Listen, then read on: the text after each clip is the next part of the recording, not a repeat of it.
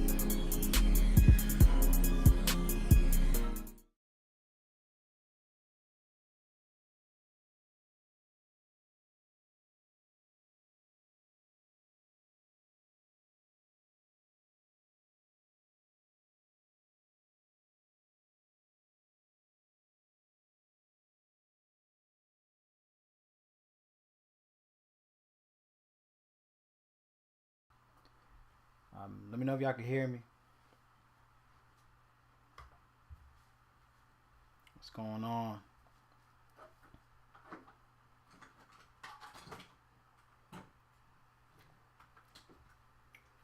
Let's see. It's been a while since I did it. But let me know if y'all can hear me on here. We'll jump right into it in a little bit.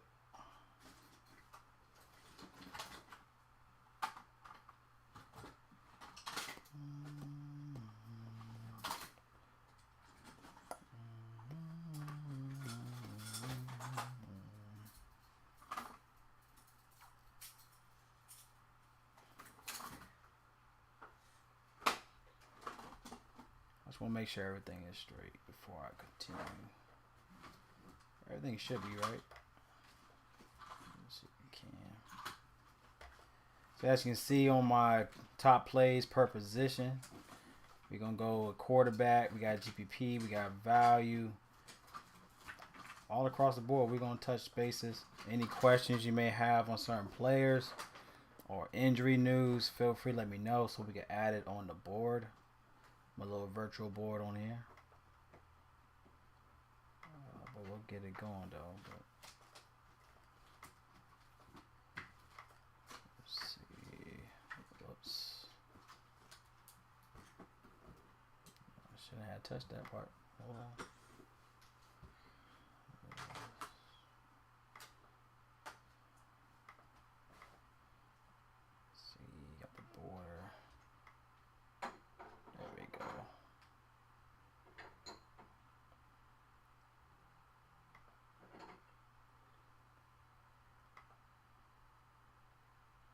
Get into it.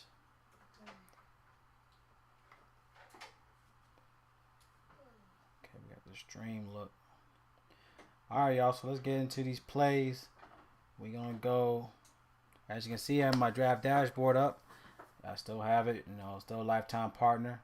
They still do great work, updates as well. But feel free to tap into my link if you're new to it, to where you have a free month. So definitely check that out.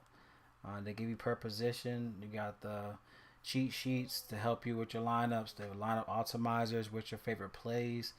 So it's a good tool to use all around. So let's jump into NFL side of things. So let's look into the injury news so far. You do have Zay Jones for Jacksonville. He's out. Not sure if that matters, but if you are a Jacksonville fan, it'll definitely open up some.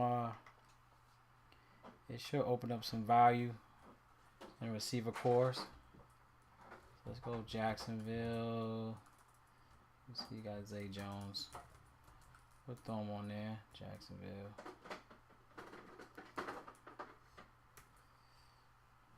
We'll put him on the list for right now. So we'll put, let's see.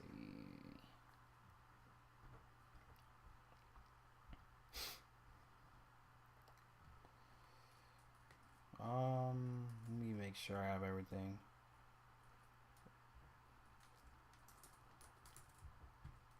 Get my line starter stuff up.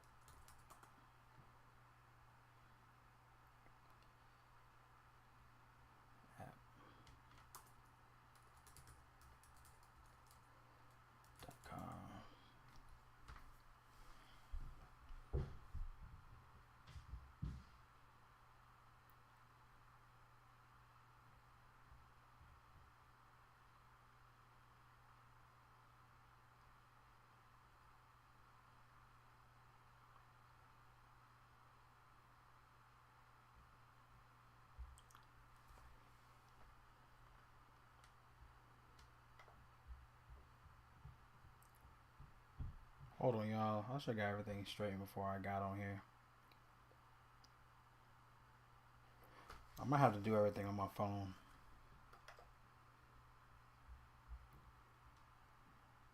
Let's see.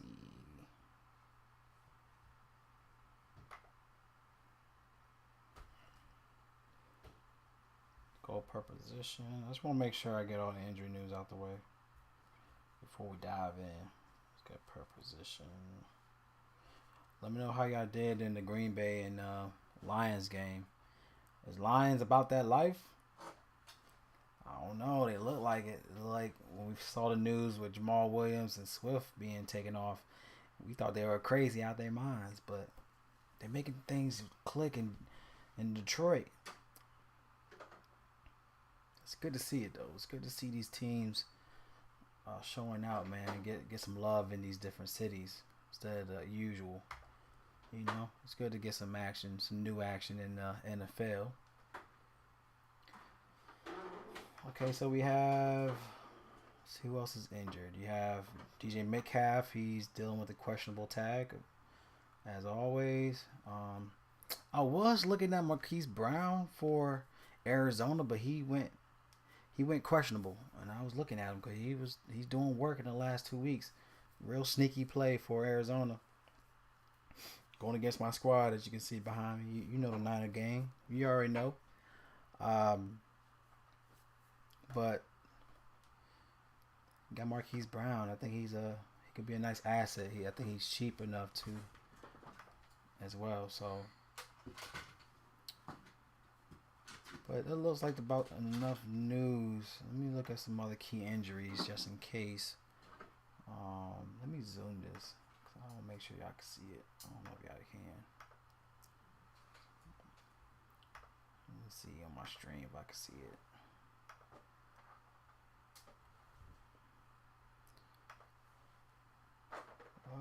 Just want to make sure I can zoom.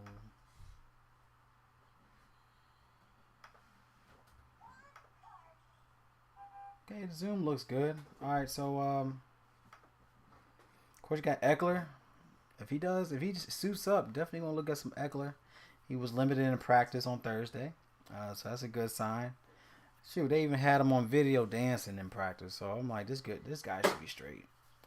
You got Saquon Barkley going against Seattle. Looks like he should be good to go. Devontae Smith going against Washington. He did not practice on Thursday, so we got to look into the news with him. Derrick Henry, he's been low key lately. He didn't practice on Thursday. Deebo Samuel didn't practice Thursday. Metcalf, we stated, didn't practice Thursday. We got Jerry Jeudy, limited in practice. We want to look into the news with Jeudy because we got a nice little sleeper, nice value play for Denver. If you don't already know that, we'll look into it. Got Mike Williams. He got injured last game, but oh man, it sucks. He says suffered a torn ACL, has been placed on the injured reserve list. Yeah, that sucks on that. You got Yuck has been limited in practice Thursday. You got Deshaun Watson limited in practice. Hopkins limited in practice. So we'll look into the news as we go along. A couple more days before game time. Miles Sanders, he did work, and he was a great play last week. He's 5,800, but he's limited in practice. Jimmy Garoppolo limited in practice. I definitely hope that Jimmy plays, especially for Devontae Adams. So I definitely want to see that. Let's see. We got Justice Hill limited in practice. Kareem Hunt. We got Salvin Ahmed limited in practice. We saw that how Mostert went crazy. He went insane last week. So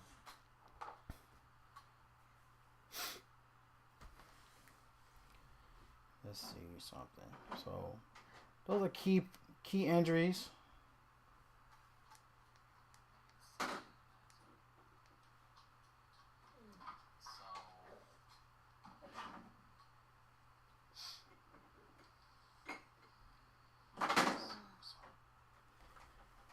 So let's jump right into it, shall we? We got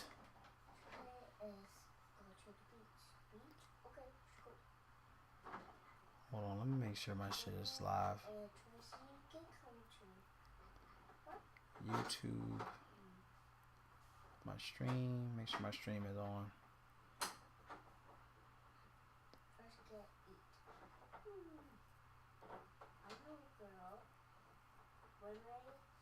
There we go. Make sure everything's live. I wait for you, go ball guys. Let's go. All right, so let's get to the quarterbacks. We'll go to the quarterback side. Of course, you got Josh Allen going against the mighty Dolphins. I think he's an obvious cash play. We're looking at a 53.5 implied total in this match. Should be one of the highest scoring games to look into. But my thing about Allen, he has been crushing Miami in the last 3 seasons. So his price tag is up there. But like I said, he's a great cash play. He had 39, 28, 29 in the last 3 games at home going against Miami. So I definitely like this play. You know, he's getting him yards. He's giving you 300 plus yards average in those 3 games. So he had 3.5 average touchdowns in the last 2 games at home against them. Like Josh Allen, to definitely play cash. But I think he's a great play to look at. We got Allen. Definitely cash play, but I like this play for Allen.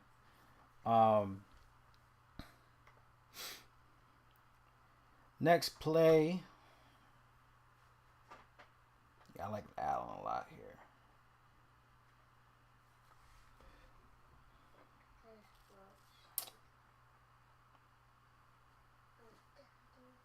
Because we want to find value to where we got guys giving you 25 plus points a game. That's what we're looking for per player. I don't want to go down the whole list, but I mean, you got Jalen Hurts, $200 less. Going against Washington, he's averaging roughly 26 fantasy points in the last 2 games at home versus Washington. He did lose last year at home. It was a close game. He had 21-26. He had 20 fantasy points, 2 touchdowns, 1 interception. And honestly, if we look into the interception props, get Jalen Hurts for an interception. In the last 3 games at home, he has given an interception. So it could be a great prop for Jalen Hurts for an interception. He did, obviously, he's getting touchdowns. He has 5 touchdowns, rushing touchdowns in the past 3 games at home. So I like Jalen Hurts. Get a rushing touchdown for Jalen Hurts. And also go for the Washington defense interception. Use 1 interception. I think that's going to be a sleeper, but should be free money on a rushing touchdown. We saw that the defensive coordinator, he tried to talk down. What did the defense coordinator do? He basically saying how it is a cheat code for Jalen. There's no way you could stop it, which is funny. I thought that was hilarious how he's basically, just because you can't stop it, it shouldn't be uncalled for in the league, which is stupid. So on that note, more likely Eagles are going to constantly, they're going to give him that rushing touchdown just for the hell of it. So I like the fact, go ahead, get that rushing touchdown for Jalen Hurts. So he's still cash play in my opinion, only because he's $8,000. You know, he's $8,000. You know, so if you're gonna go that route, Jalen Hurts. The fact that they lost last time they played at home, go get some Jalen Hurts as your cash spot. Let's see. Let's go for some other value. Let's go some value plays. Those are like my 2 guys I think is going to be expensive. Of course, you got Tua on the other side of the game against Buffalo. I'm not going to play Tua. I think he's going to bust on the spot. I mean, you got Waddle coming back, but I'm a fade Tua in this matchup. If you have any questions, if you have any, insight in the quarterbacks, just go ahead and put it in the live chat. It's all good. I don't mind that at all. It's good to have some conversation. On that end. So feel free to say what's on your mind on the quarterback side of things. Okay, let's go for some value. Value play you got to look at is Matthew Stafford. I like this spot for him. He's cheap. He's look like he's gonna be low on. He's only $5,700 going against the Colts. If you look at the stats wise, last 2 times he played at Indy, he had 29 and 18 total, 5 touchdowns in those games. So he had 2 touchdowns in 2021, and then he had 3 touchdowns in 2016. But I like the weapons. You know, you got the Samoan. We call him the Samoan Cup. So I think he's gonna ball out. I think he's gonna keep on balling out in this week. He's in a great position to ball out. Of course, you got Atwell in play.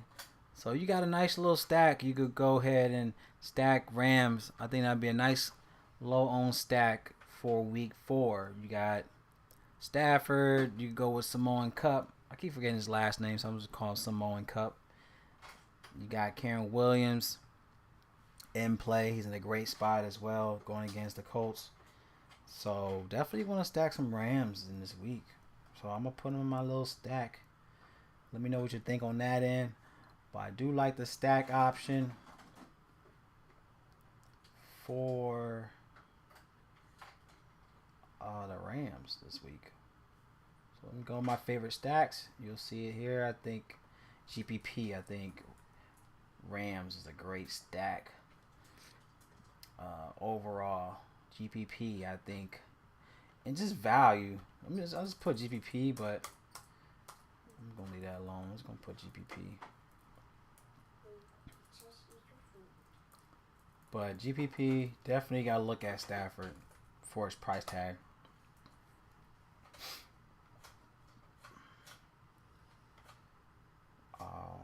Yeah, he's in a great spot. He's cheap, $5,700. Another play, you got to look at Russell Wilson. He is $5,800. Russell Wilson, $5,800. Like I said, we got some gems for the receiver side, but gotta look at him in this spot here. He did have 30 fantasy points against Washington in week 2. He fell back to earth against Miami last week, but going against Chicago, he's something to still consider. In the last 3 games, let's see. Last time he played Chicago at Chicago, he had 18 fantasy points. 16 fantasy points, 2 touchdowns. Of course, that was a while back. That's 2018. But Russell Wilson, I think he's a great play at $5,800. Definitely a low owned spot. I don't think he's definitely gonna be low owned. A lot of people don't like Russell Wilson, but I think he's in a good spot here for his price point. We'll look into stacks, but there's only one player I like here with Wilson. We'll talk with him. We'll talk about him later. I just want to talk about the quarterbacks. Another quarterback, CJ Stroud. I think he's an amazing play for week 4. Going against Pittsburgh. Pittsburgh hasn't been playing well so far into the season. You had Jimmy Garoppolo giving you almost 24 fantasy points. So if Jimmy could do it, why not Stroud? I think Stroud's definitely a great spot to consider. See Purdy, week 1, he had about 18 fantasy points, but that's Brock Purdy. He gonna let his weapons do the work. So, but CJ Stroud is definitely a great spot to consider here. He's already giving you an average 300 passing yards a game, 1.3 touchdowns, over 40 pass attempts a game. This is a great stack for Houston this week, in my opinion. Going against Pittsburgh. So definitely load up on some CJ Stroud, in my opinion. He had 25, 20 in the last 2 games against the Colts, Jags. So why not? I think he's another great spot. He's cheap. He's cheaper than the 2 guys we mentioned. What was it? No, I think Stafford. No, cheaper than Stafford. Cheaper than Russell Wilson. I think CJ Stroud is a great spot to lock and load for this week. So let's go ahead and put in my favorite stacks. I don't think Houston's a cash stack. If anybody gonna be a cash stack, I think it's gonna be the Bills. Buffalo. I think either or. I think Buffalo or Miami is gonna be a cash stack, but I'm not gonna stack Miami. So in my opinion, I'll go Buffalo as a cash stack. The GPP, man, you gotta look at Houston as a great stack option. positions, you gotta look at GPP. You gotta look at Stroud. So definitely like that here. He's cheap and he can give you volume this week. And we got a lot of stacks with players. Definitely stacking your lineups with Houston. We got a couple guys actually to stack up with him in this spot for this week. All right, go. Like I said, go in the chat. Let me know what you think about these plays. But shout out to everybody that's on this chat. Usually my live chats will be roughly around like almost 2 hours long. So I'm going to try to keep it under an hour in this live. But it's been a minute, y'all. So appreciate everybody still vibing with your boy. What's up, Aaron, man? It's been a minute. What's up, Chief? He said, who do you like more?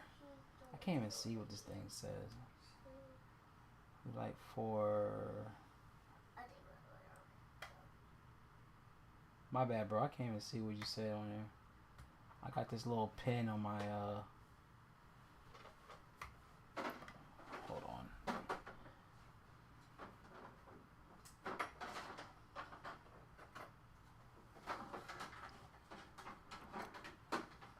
Hold on, bro. Let me zoom this in. Cause this is messing with my chat. Oh, who do you like more for early slate, Pittman or Puka? Is that that's the one we was talking about, right? That's what we talking about. The Samoan guy, right? That's his name, Puka. I go Puka definitely. DK Cash. Yeah, I like Puka a lot here. He is a Samoan Cup, right? I just want to make sure before I shout out to Aaron, man. He's been vibing with me for a minute. Puka. Sorry, I gotta do this on my phone. I can't do it on the internet. Yeah, you gotta plug in. That's who he is. Nakua. Yeah, Nakua's gonna eat. Yeah, you gotta go. Nakua. Puka Nakua. That's his name. But we call him Samoan Cup. Samoan Cup. Samoan Cup. Lock and load, man. Lock. Go with Stroud and Puka, man. That's gonna be an easy spot here. He's $6,700. Been around for a while. Yeah, man. Aaron, you've been vibing with the boy, man. But I definitely appreciate y'all sticking with me. I haven't been doing my videos in a while. Ever since obviously my second daughter in play and Olivia. Everybody know Olivia had cancer 2 years ago. So she's well. She's now in a year in remission. And that was a tough road for us. But back in the mix. Olivia's right here. Olivia, come here. You want to say hi? Look. Go on the camera right here. Look. We got a camera right here. See? Look. You see something? Say hi. Yeah. Olivia, how old are you? Good. Say, how old are you? 4. I know, right? I knew Olivia when she was like a year old. Ain't that crazy? So tell everybody hi. Hi. Alright, go ahead. Go play. Yes, everybody, y'all, man. It's been a roller coaster, but we here. We still here. And my second daughter, she's sleeping right now, but yeah, man, it's been a crazy journey. You said you like Stroud and Cash. In Cash, yeah, still like Stroud. I think he's in a great spot overall. But like I said, if you wanna pay up in Cash, I still like Josh Allen all day. But for the value, and he'll be low owned. I mean, you can still play him in Cash regardless, but just the fact that he's lower owned, definitely want to get some Stroud in your lineups for Cash.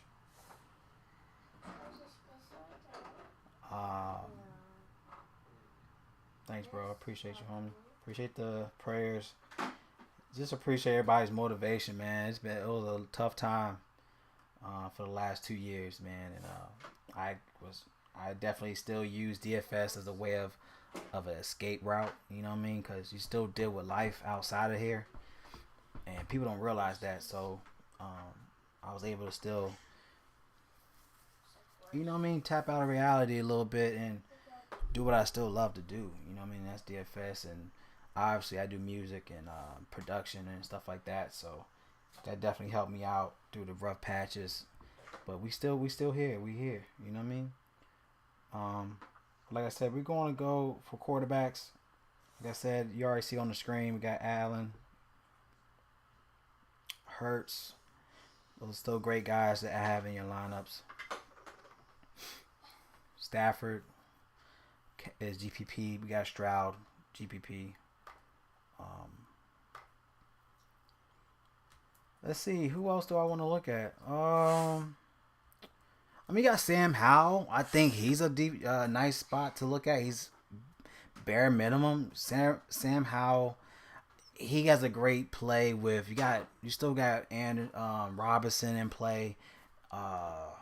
You got McLaurin. I like McLaurin a lot this weekend. So Sam Howell for value. He's only 5,000. You can't count him out. I definitely have some plays with Washington stacks. Because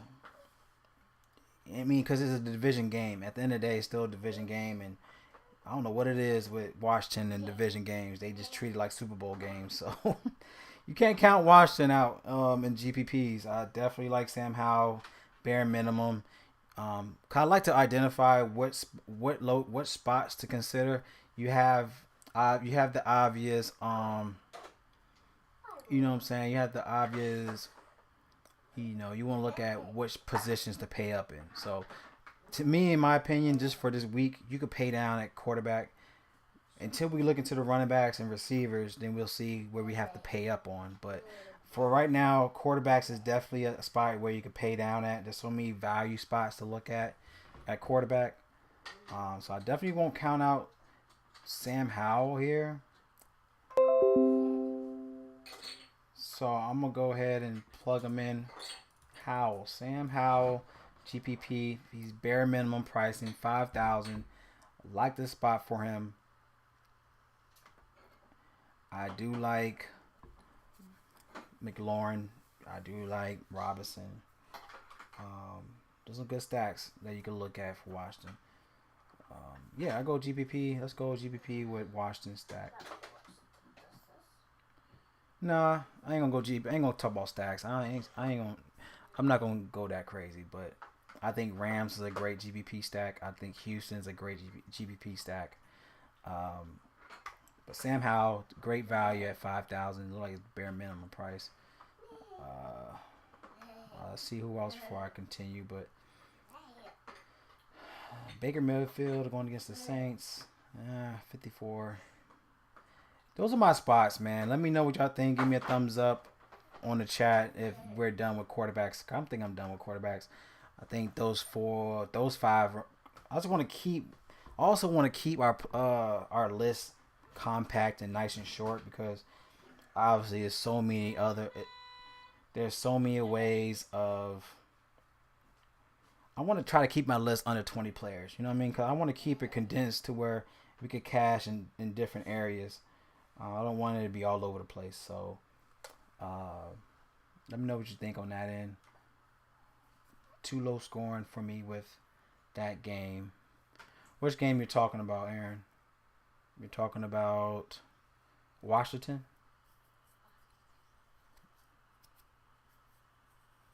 Same, bro. Too low scoring for me with that game.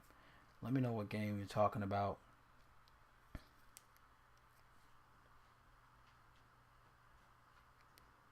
But we'll keep it pushing. A lot of people might be on Justin Fields going against Denver. He's 6,600. But like I said, you just never know what you're going to get with this guy, man. There's so many excuses all across the board of how they're running their offense. He just got a lot of excuses, man. And for 6,600, I'd rather pay up. I'd rather pay up to a Josh Allen than play Justin Fields, in my opinion. Or pay down. There's so many great other players. I'd rather go Sam Howell, in my opinion, over Justin Fields. That's just the way I feel right now because we don't know what we're going to get with Justin Fields. Washington game. It could be low scoring. Don't get me wrong. It could be low scoring. But I really feel like just the whole ordeal with Hurts, and he gonna get his rushing touchdowns. Washington more likely is gonna play from behind, to where Sam Howell will have to throw the ball. Like I said, I like McLaurin as a great option. So you might just have to play McLaurin maybe. But I definitely want to have some looks for Sam Howell. Tua or Cousins over Field. Yeah, you can have that too, because I just don't trust Fields at all. I'm not going with Cousins though. I'm not gonna play Cousins,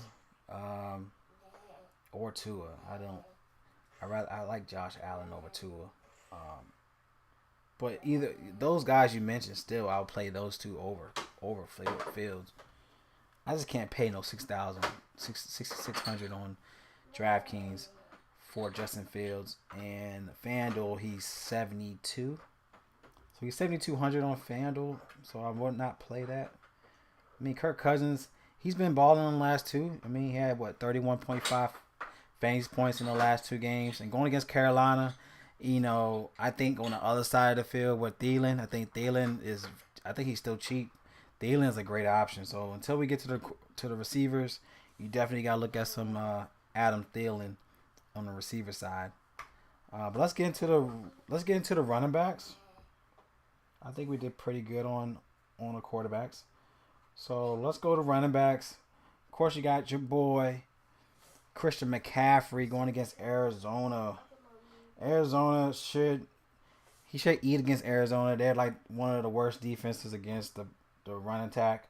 They're allowing over 98 rushing yards a game. And we know about McCaffrey. He could kill you all across the board. So that's what I'm saying. So we could pay down at quarterback. You have the option to pay up at running back, which I feel like you could. I think running back is the position to pay up this week. So Christian McCaffrey to me is a lot play overall. He's giving you the stat. He's giving you over 25. I think he's gonna give you 25 plus this weekend.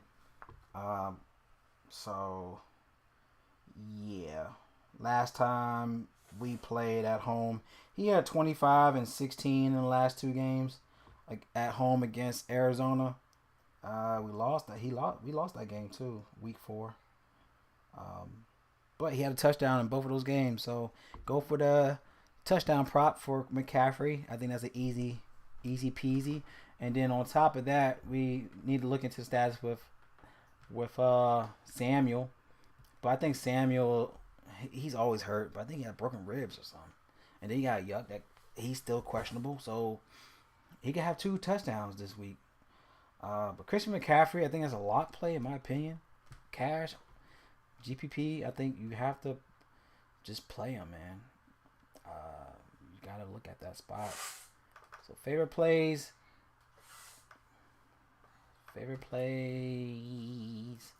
Running back, we got McCaffrey. We got CMC. Easy spot for cash. Aaron said Allen, Tua, or Cousins for me are too early QB cash plays for me. Yeah, those are great spots, but I'm gonna go Allen. But those are great spots for cash. All right, and then next play, of course, we got Eckler. Eckler is, I think he's gonna play. Eckler should play. He was limited in practice. But I saw the video, man. That boy was dancing around in practice. So, just for his price tag, he's only $8,500, which is reasonable.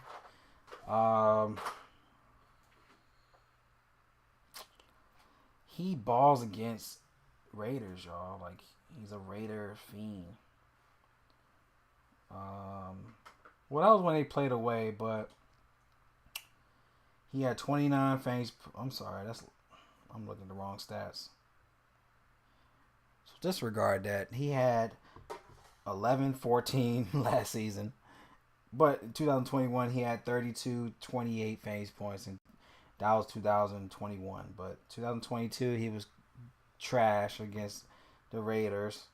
But the Raiders are garbage, y'all. Like, they've been giving up a lot so far into the season, you had James Cook out of everybody give you 22, I think like 23 fantasy points for James Cook.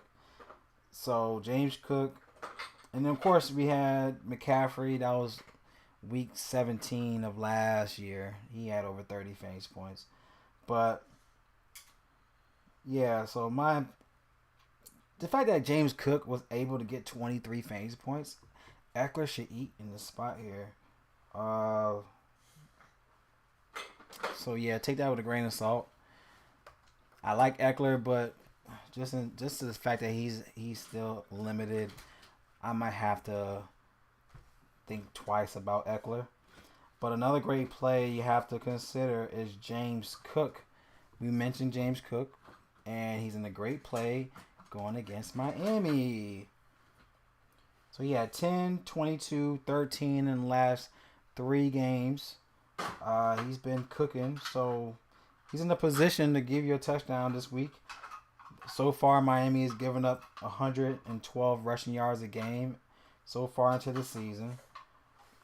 Stevenson had 15. I'm not going to really count Devontae Williams. He only had 8. Eckler in week 1, we just talked about him. He had 29. So I like James Cook for a great play at $6,300 on DraftKings. I think James Cook is in a great spot here. So, like I mentioned, we got a nice little stack for Buffalo, and it looks to be that way. He's getting the rushing yards. He's averaging 14.7 carries a game.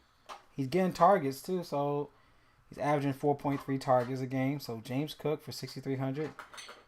Looks like he's lower owned, so it's a possible GPP play. It'll be another shoot around. Oh yeah, it's definitely going to be another shootout in Buffalo this season. This game alone. So gonna go ahead and plug in James Cook as GPP. I think a lot of people are gonna hope nobody fade him, but you gotta look at James Cook as GPP for running back. All right, y'all. Let me get back. I'm gonna take a quick break, real quick.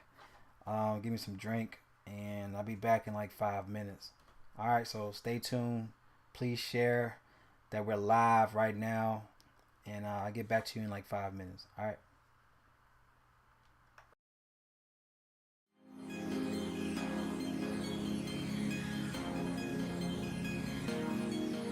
Mellow beat.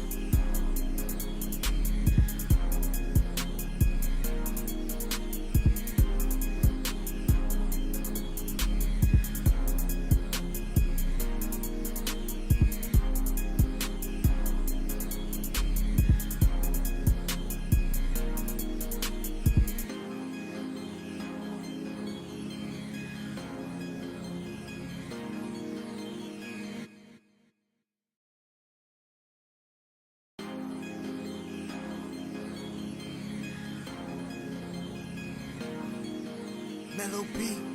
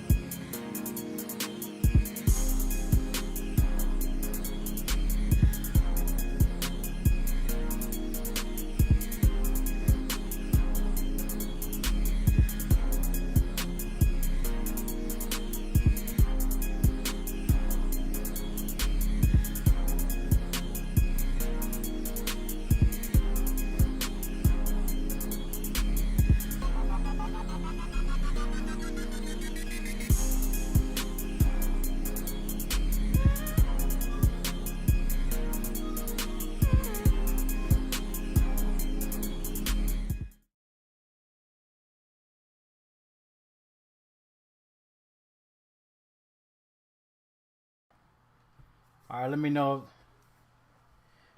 Sorry about that. Let me know if the mic is working.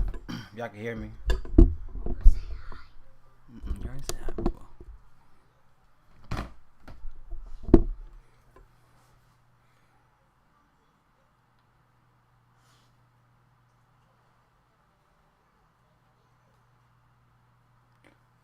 Let me know we're back.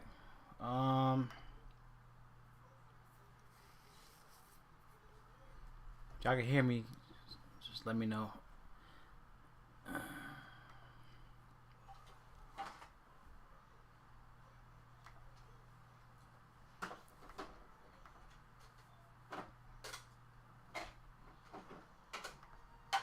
All right, so we got James Cook. James Cook looks to me to be a GPP only. So I do agree with you, Aaron, on that.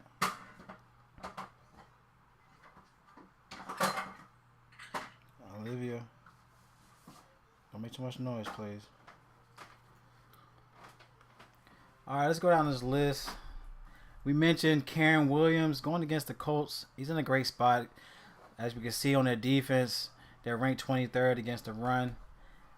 He's getting about 13 carries a game. Karen Williams, for his price point, is definitely a good spot to consider. So I like the spot for him here. He's let's see, 6,000. He's only 6,000 on Draftkings. I think he's still running that price tag on FanDuel. But he got 17 and 28 in the last 2 games, and he had 28 on the Niners, man. So I'm not saying we're not that deep on defense, but get 28 fantasy points on us like that is ridiculous. And the Colts is giving up around 1.1 touchdowns a game. So far to the season, they're giving up 73 rushing yards a game. They didn't really have him in the sense of you had Gus Edwards, you got Pierce from Houston that only did 5 fantasy points, but you got Etienne from Jacksonville. He had 21 fantasy points against them. I do like Karen Williams for value. He's only 6,000. But like I said, with the Rams, I'd like to stack with Rams if you want to go Stafford, Karen Williams, and then on top of that, we talked about our guy, the Samoan Cup. You know what I'm saying? So definitely like the Rams here. Karen Williams, to me, is a great spot to look at. So let me go to the position plays.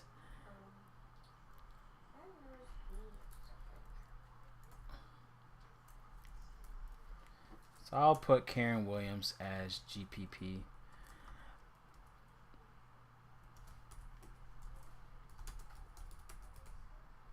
Alright. Let me know who y'all favorite running backs are for week 4. Let me know what you think on that. Let's keep going down this list.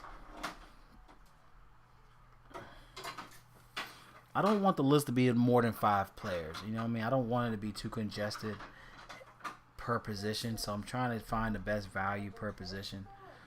You got Zach Moss. He's also 6,000 on the other side of the game. But, I mean, I think Rams defense is like that. I mean, obviously, looking at this, their ranking, they're 9th in defense. And they're 18th in position. So defense looks good overall, but they're 18th against the running backs. Let me see who else is a nice spot to look at. I just feel like he's capped off at 25. I mean, he played Baltimore. He had 25 fantasy points. He had 20 against Houston. Going against the Rams, let's see, McCaffrey ate him up. He had 25 against them. Yeah, Kenneth Walker, he had 10. Kenneth Walker had 10 and 16. Mixon last week had 14. Zach Moss for 6,000. He's getting the carries. He had 30 carries last week against Baltimore. 18 against what team did I talk about? Yeah, 18 against Houston. So, yeah. What y'all think about that? 6,000 for Zach Moss. I'm not really on Moss like that. I just think he's going to fall back to earth this week.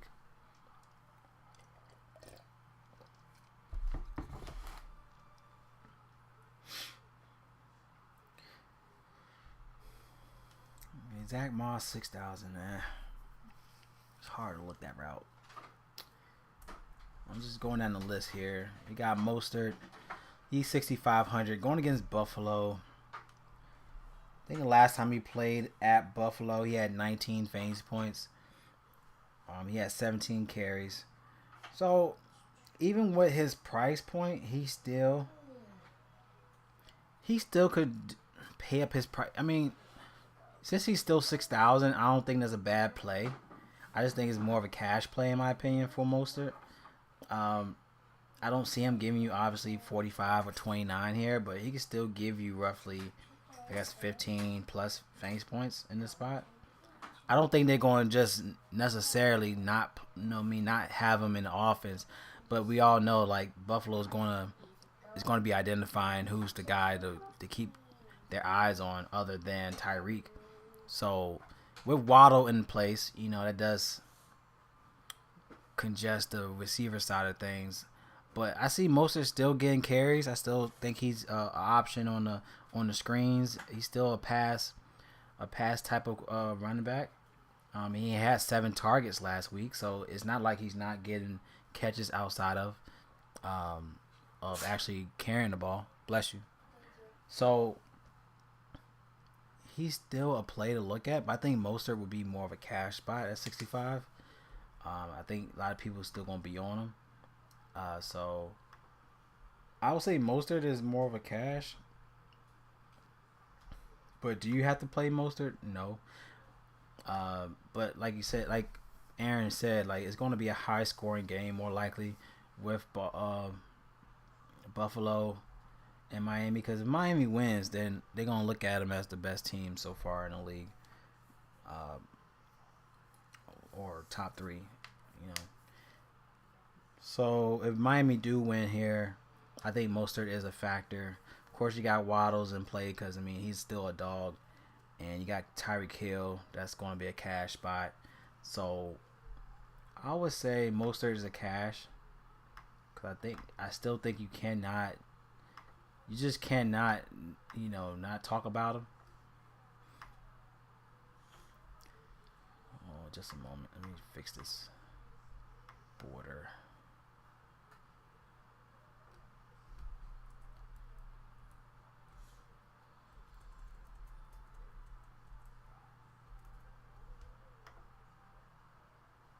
Oh man, this is all over the place. Hold on. You okay? Yeah. What's wrong with my camera?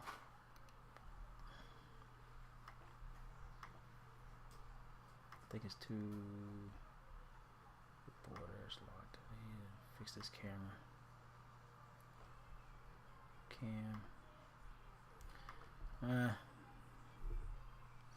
Besides the point. So let's go into. Okay, what do I need to do? Alright, I need to put cash. I say Mostert for cash.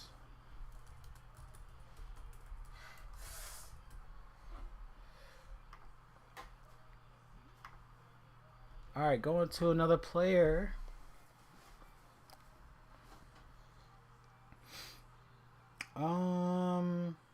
See James Conner. Yeah. James Conner could be a problem, y'all. He's shown he's been given upside. Last time he played at San Fran, that was 2021. This dude had 40 fantasy points on us, y'all. So I would look at James Conner as a GPP. He's only 5,900. He had 20 fantasy points in the last 2 games. He averaging 17 carries a game. Like I said, the Niners we're one of those teams where like the offense kind of offsets the defense a little bit. It does help in the sense for our defense, but James Conner is no slouch here, y'all. Definitely a solid floor in this play at 5,900. I definitely will get some looks here. Like I said, who went off on us? Like I said, Karen Williams had almost 30 fantasy points on us. So James Conner, it looks like he's the guy. I like James Conner. I think you gotta look at James Conner here. So I like James Conner for 5,900. I think he'd be a nice sleeper as well. So James Conner,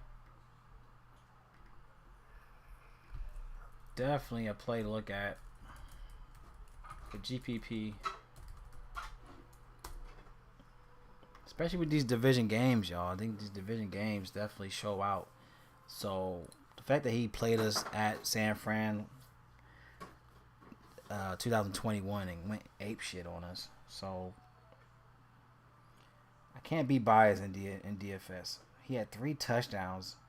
He had 3 touchdowns against us.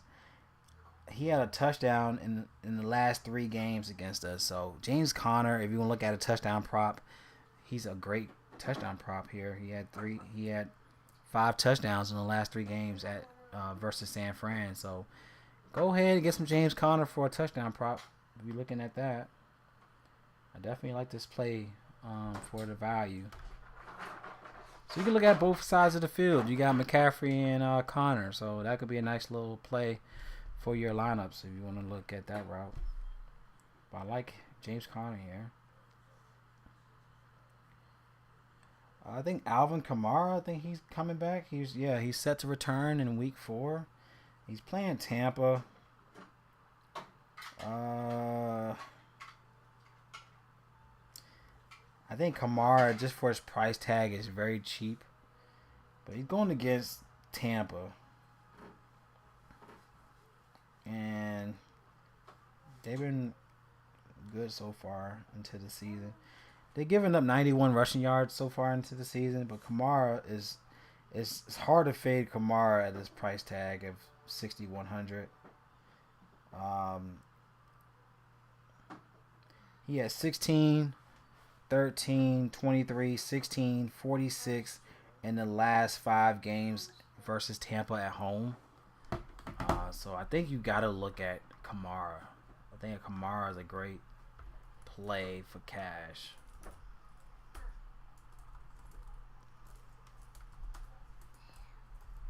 Let me know what y'all think on that, but I think Kamara, man, just for his price, it's hard to fade Kamara and going against Tampa. He definitely will get some work here. Let's see. Tony Pollard going against New England. I don't really like it. But he's not. Pollard, he had 22, 19, and 18 in the last 3 games. So he is their offense in my eyes. Mostert had 28 fantasy points in week 2 against against New England. I say Pollard is a cash. I like Kamara. I say Pollard's cash. I'll say Kamara is GPP. Because just those 3 guys alone, you got McCaffrey and Mostert. I think a lot of people are going to be playing cash on those 2 guys alone, especially with a high-scoring game with Miami and Buffalo. But Pollard's still going to be an option. But GPP, I doubt a lot of people are going to play Kamara in cash. So I'll put Kamara as a GPP spot. Y'all let me know what y'all think on that.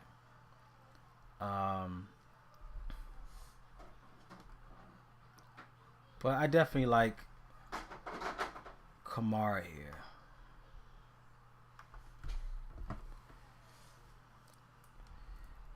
Let's see who else is in play. So we talked about Eckler. We talked about James Cook, Pollard, 7,800. Yeah, he's getting a lot of ownership. He's getting ownership. You got McCaffrey as a lot play. Devontae Adams, I'm not really on Devontae. Damian Pierce, going against Pittsburgh. I like the pass attack against Pittsburgh more than the run attack. Josh Jacobs, I don't know about that. We talked about Mostert. I like Mostert just because of his price point. It's still cheap. To where even if he digresses in this game, he's still a good. His price tag is well enough to where it doesn't matter. Now, if Mostert was like $7,000, then I'll be like, okay, we might have to reconsider this play. But Alvin Kamara, man, I think that's a good spot at 6,100. There's Miles Sanders. Okay, so next spot we gotta look at is. What's his name? We have to look at DeAndre Swift going against Washington. I think he's a lock. He has a touchdown in the last 2 games at home going against. Why I got my Miles Sanders? I meant DeAndre Swift. DeAndre Swift is only 5,700. I think you have to play DeAndre Swift here. I think that's too cheap of a spot after he's been cooking last week. He only had 18 fantasy points, 16 rushing. Gotta look at DeAndre Swift. I think it's a great spot here, especially on Washington's defense. They're giving up 80 rushing yards, but Swift he's a guy. I mean, you could throw it to him, pass. He's everything you need in a running back. I think you gotta play him. He has great stats against prior history against them.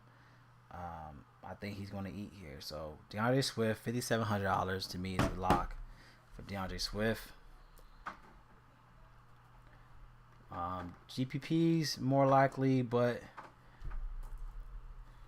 I gotta try to condense this because I hate having too many players per position.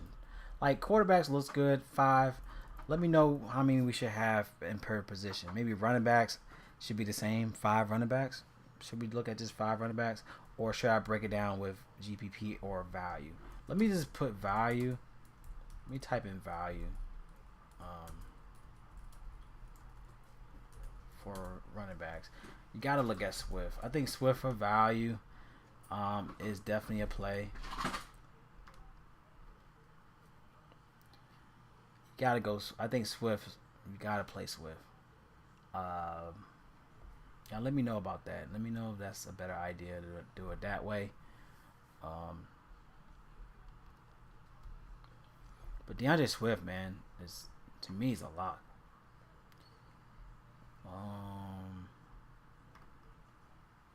Like this play for him. Let's go to another play.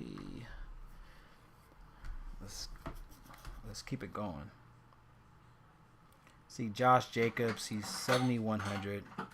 He could explode, but it seems like he plays better at home. I mean, plays better when away against the Chargers. He's just been balling the last 4 games playing away, but I'm going to fade him here. Fade Josh Jacobs, in my opinion. Let's see, Jerome Ford could be an option. Let me double check.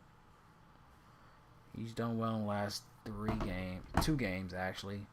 James Ford for Cleveland. I think he's still cheap. Let's see, how much is James? 5,400. Jerome Ford is 5,400. He had 19 and 27 in the last 2. Going against Baltimore. They averaged 84 rushing yards a game to the position. 5,400 for Jerome Ford. Kareem Hunt. What's up with Kareem Hunt? He still hurt? Y'all let me know about what y'all do with Jerome Ford. Are y'all gonna have him a couple lineups? Let me know what you think on that. Go ahead on the live chat. Let me know what you think about Jerome Ford. I mean, he's getting the volume. He's getting the I think it's goal line. He had 2 touchdowns last week with 10 carries. So I think he's getting more likely goal line opportunities. Yeah, he got goal line opportunities. A lot of goal line opportunities. So he's one of those guys where he's not going to give you a lot of carries, but he's definitely their guy in the red zone opportunities. So Jerome Ford is definitely a play to consider, I think, for GPP. He's cheap. 5,400 is something to look at for his price point. I will go Jerome Ford for value.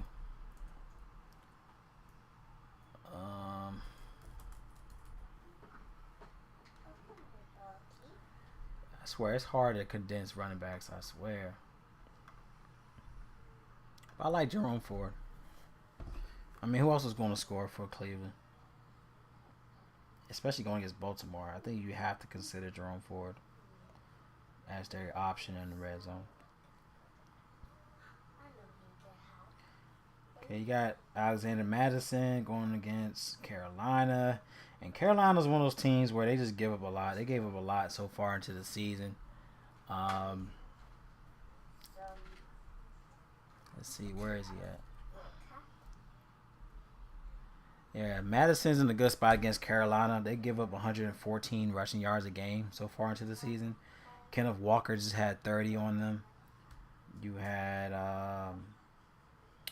Williams. He had 2. You had Brian Robinson from Atlanta. He had 20 against them. Madison for 5,800. What y'all think about him? He had 13 rushing a game.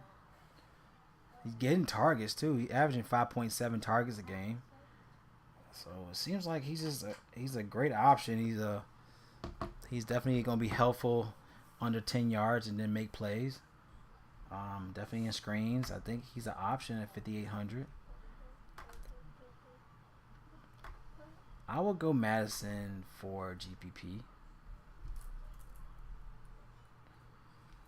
That's what I'm saying, man. There's too many damn options, y'all. I think Kamara is good value. I'm gonna go Madison. I'm gonna go Madison for GPP. I'm gonna go just Kamara in general for value. He's a great value.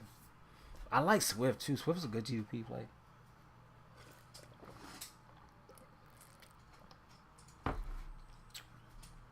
I hate running backs because I hate condensing running backs. It's hard to condense a running back. But I feel like you cannot fade Madison here against Carolina. That's about it. You got Jalen Warren. I think the train for Najee Harris. What y'all think about the whole Najee Harris episode with Pittsburgh? I thought he'll be like their number 1 guy, but I mean, it just seems like every week they're just declining his options. Like, I mean, he had 19 carries last week, but he hadn't done nothing with it. 19 carries. He had 6 carries in week 1 against the Niners. He had 10 carries against the Browns. 19 carries against Raiders. So it's like, but if you're looking at production, Jalen Warren is giving you production. Now, Jalen Warren looks like to be like the pass attack, like the pass catching running back. He's not like that does the carries or anything. So I don't think that hurts Najee in that sense. It just seems like they're utilizing Warren in the pass attack. So for 5,000 with Jaren Warren, I mean, it literally just takes a touchdown for Jalen Warren to hit value. But Houston's one of those teams where you want to exploit because they give up a lot in the run attack. You know, they give up a lot with touchdowns, rushing yards, all to the running back. So it's hard not to fade Najee here because he's in a great spot to definitely, you know, he could definitely crush the slate in this position against Houston. It's just that you can't trust it, you know. So Najee Harris for 5,500 is still too cheap. I just like to mention him because it's hard to fade him. It's just that we don't know how they're going to utilize him.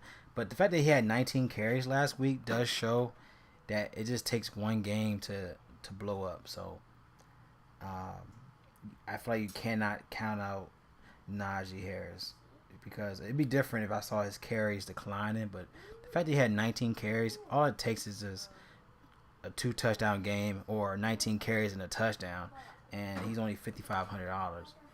So in that instance, I will go Najee Harris for value because it's hard to fade a guy at 5,500 going against Houston, where you have every opportunity to ball out. You know what I'm saying? So Najee Harris is definitely a spot to where he more likely could go GPP and be low on as hell because everyone's gonna say, "Damn, it's a good spot to play Najee," and I failed and I played this. You know what I mean? Like it's one of those vibes I'm getting.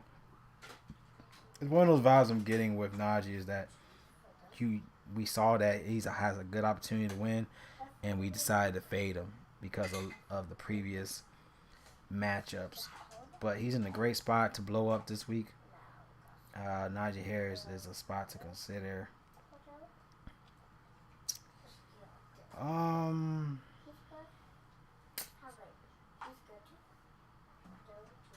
Let's go to another play. I think I'm done. Let me know what y'all think about what I have so far.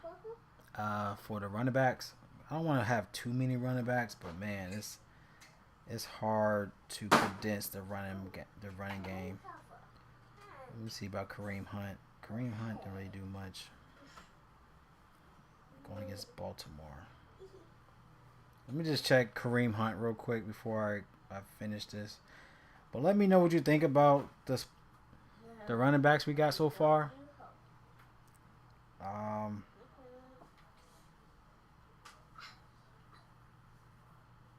Yeah, let me know what you think.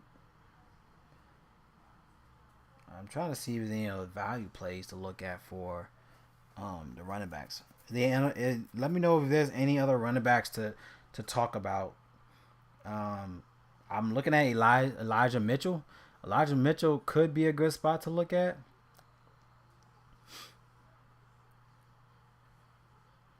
He had 12 and 17 in the last 2 seasons against Arizona. So, but do we have to pay that low? You know what I mean? I don't think you have to pay that low for that. I think you have to pay at least. You have to have each player in the running backs to have 20-some fantasy points. And I think Elijah Mitchell, if you're doing like a afternoon slate, I think that's when you play Elijah Mitchell. It's like the afternoon slate. But if you're looking at $1 million maker, I don't think you pay that low. So let me see, Khalil Herbert for the Bears. Yeah, I think I'm pretty much done. Y'all let me know what y'all think. Ramondre Stevenson. Yeah, I think I'm done with the running backs. Let's go into the receivers. Again, just press the like button. But I really don't care about that. I just like to have everything done on a live video, on a live stream. It's just so easier to do that for football. It's just to put out a whole live stream video for football. I hate doing too many videos for football. I'd rather just knock it all out in one live video. Okay. Receivers. I think Devontae Williams. Devontae Adams. If Jimmy plays, even if he don't, man, I think he's in a good spot.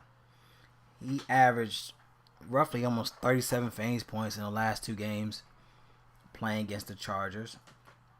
He had 40 and 33 fantasy points, 3 touchdowns in total in those games, over 140 yards.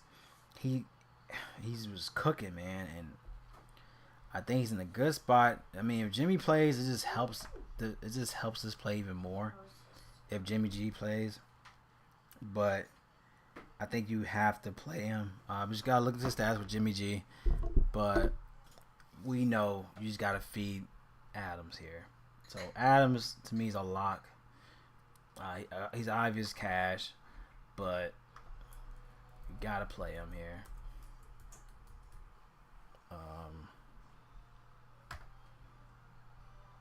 Yeah, you just gotta set it and forget it on that one. All right, let's go to another spot. Let's make sure I got every play on here.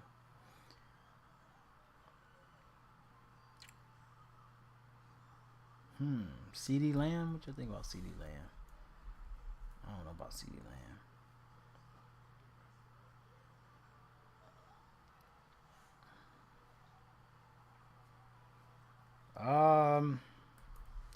Justin Jefferson, man, he's just so expensive, y'all. Like, almost $10K. It's like he's 94 on FanDuel. I mean, it's so hard not to play Justin Jefferson. But man, he's so expensive. But he's balling. He's at a freaking.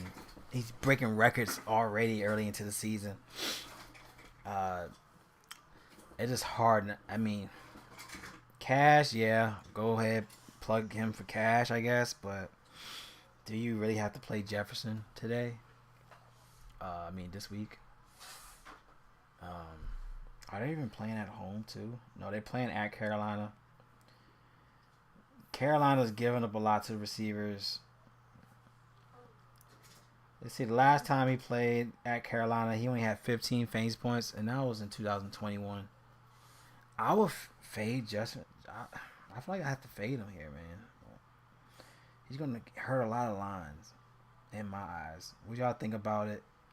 I feel like he's getting feed, but it's like if he's not playing at home, and I'm not concerned of him. I'm just concerned of Kirk Cousins, man. Like Kirk, when he's not playing at home, he's just a dud overall. So let me know what y'all think about Jefferson. But I think for his price point, I feel like you have $9,600 is ridiculous to pay up for. I'm more likely going to fade him. I'm going to fade him here. Stephon Diggs going against Miami. Last time he played at Miami at home, he was 7 for 9, 114 yards. He had 29, 14, 22 in the last 3 games. I mean, he's cheaper. He's 8,100. I feel like you don't have to pay up at receivers other than like Adams. I feel like I feel like this week is where you find value at receiver. I feel like you don't have to pay up. Like they overpriced these guys. Like Tyreek Hill, 9,200. Like I understand what he did damage last week, but come on, y'all. Like paying $90,000 for the receiver, he better give you 30 fantasy points. And just the fact that Waddle's not in this week, I have to fade Tyreek here. So going value, I think you have to go. Let's go value because I'm done talking about it like that. So for value, like for instance, guys like Tank Dell, right? Tank Dell is $4,600. He had 20 and 28 in the last 2 games. Like I said, I like Houston stack here. You even have like a Nico Collins that's great value. So if you're gonna look at how you gonna play your lineups, I think you should pay down at quarterback. You should pay up at running back. Or I mean, we got value. We got 6K running backs, that you could play. But you got McCaffrey that look to me like for instance, Connor and McCaffrey to me is like more likely gonna be on all my lineups. They look like they're gonna just go head to head on each other. But receivers, y'all, like I feel like that's where you need to find your values at receivers. You already know tight ends is kind of whatever on values. Only like a couple guys that's gonna be expensive, like a Hawkinson or like a Andrews but everyone else after that on tight ends is going to be value anyway. So I think receivers is where you need to find your value.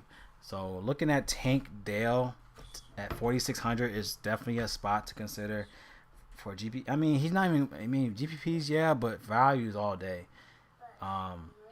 Looking at Pittsburgh, they're giving up around 210 receiving yards to the position. Like they're giving up a lot to the position. So I definitely want to go ahead and target this Houston squad. So Tank Dell is definitely a play. Definitely putting your lines for value. GPP, I mean, yeah, but I like Dell overall. He's just great value GPPs all day. Let's see what else is good value. I'm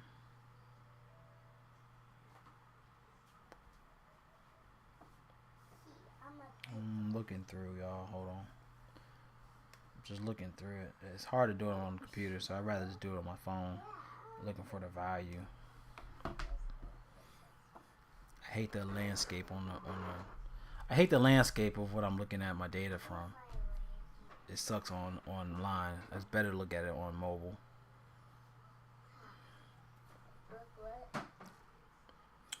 Like I said, like a Nico Collins. I think, okay, so check this out. I think Dell is a good spot for value. But you look for GPP, I think Nico Collins, y'all. is going to be a sleeper. He is more money. He's like 5,100, but he had 14, 30, 5 in the last 3 games. I think he's going to be a higher play. Is going to be Nico Collins. So if you want to, like I said, stacking Houston is a great spot to stack at. But he had what? He had 9, 11 targets, 3 last game. I don't see him getting 3 targets the next game. So Nico Collins to me is going to be GPP. I think he's going to give you better value. Tank Dell is still a great play. We're going to talk about Thielen. Obviously, there's a whole narrative on that. So he's 4,500, but he's definitely going to be looked upon. So even Robert Woods, like. We got great value here, man, on Houston. It's hard to fade these guys.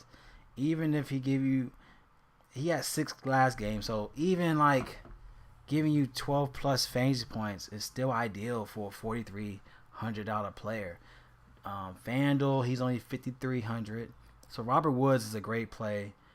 Tank Dell is 6,200 on FanDuel.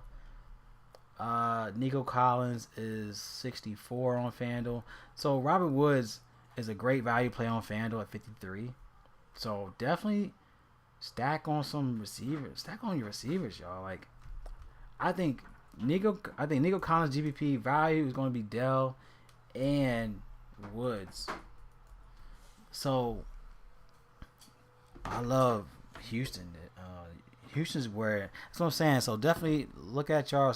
Yeah, so much value in receivers. So I don't think you should pay up in receivers this week. Like they're trying to bait you. I feel like they're just trying to bait you. Like you got a 96, you got 9,600 in Justin Jefferson. You have 9,200 for Tyreek Hill. You don't have to pay up. You got Devontae Adams. That yes, I think Devontae Adams you got to pay up for him. But you can find value elsewhere. So you can still stack up like Nico Collins, Tank Dell, Robert Woods as a flex in your lineups. You see what I'm saying? So it does help you out in that end. Definitely just stack them all up, man. Stack them up. Now we want to talk about Thielen. He's been cooking, and I didn't think he's going to cook like that. But I'm happy that he's not a dud. I thought that the way they were treating him, as the third option last season with Osborne, which I think Osborne is a great value this week. But nonetheless, Adam Thielen was definitely it just seemed like he got pushed out of Minnesota. You know what I mean? So I'm glad to see that he's getting utilized to his capability in at Carolina. So I definitely like Keenan Allen for his price point. He's still too cheap. He's very cheap. You got the whole narrative on top of that, so you can't deny that. And you're going against Minnesota, is one of the worst defenses in the league. They're averaging around 236 receiving yards allowed a game, which is crazy. So Thielen is definitely a play, even if he doesn't give you the 30 fantasy points. Like you got a $4,500 player that's giving you stats like Justin Jefferson, like Tyreek Hill. So definitely have those type of guys in your lineup. You know what I mean? Like I think he's a lock in my eyes. So Thielen. So I'm just trying to condense it because like there's so many ways they could bait you in if you don't know where to look at in value. So I will look at value for Thielen.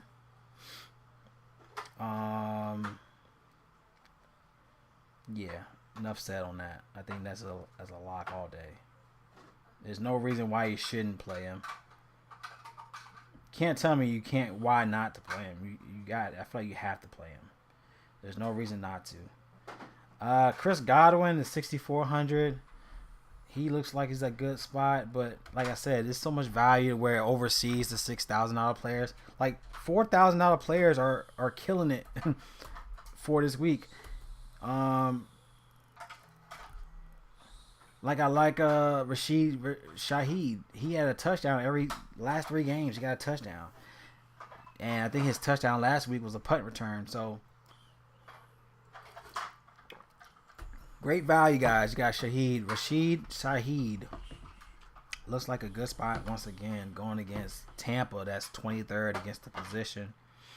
And he has a touchdown every game, so definitely want to plug him in. I feel like you have to plug him in. Let me see if I can find him. Get some stats on him real fast. Shaheed.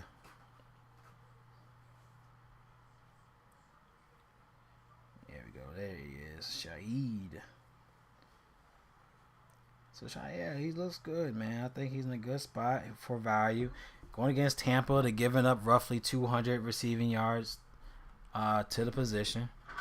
I think Shaheed is in a good spot. He's not getting a lot of targets, but it's like he's giving you the value, I guess, more so in the red zone opportunities. He has one red zone receiving touchdown. But he's a good value play for $4,000. For $4,000, I think you have to look at a guy like Rashid Shaheed. Okay, so I got news. So we got news that Richardson got out of the concussion protocol. So I guess that helps out the Colts on that end. So yeah, let's go to value. I think you got to look at Shaheed. I'm not going to overlook him. I think Shaheed is a good spot to look at for value. He's only $40,000. If you need a $4,000 player, you see in my little list right here, he's there. You know what I mean? He looks like he's a good spot.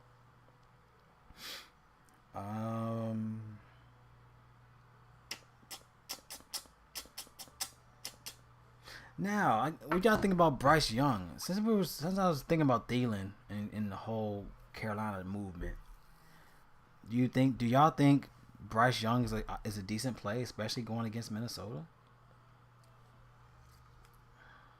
Would y'all play Bryce Young? Stroud.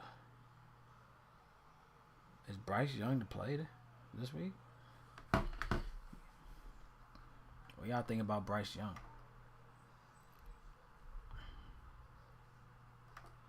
So, next play for value, Marvin Mims. All right, I wanted to save him for last, but I think he's a good spot to look at. He had 17, 23 in the last two games. He's only 3,900 going against the Bears. I loved Marvin Mims. $3,900, y'all. I think it's a great play for GPP. He's a great value. It's too much value there. But Marvin Mims, y'all, looks real good. And the thing too, he had over 121 kick return yards. He's doing it all across the board for Denver. And you're going against Chicago. They allowed 178 receiving yards. I think we gotta look into the. I like him a lot here. Marvin Mims Jr. for value. GPP all day, but he's a great tournament play for sure. I'm gonna go Mims Jr. Mims Jr. is definitely a great play for GPPs. He's only 3,900 on top of that. And like I said, that's why I like this tool for Draft Dashboard.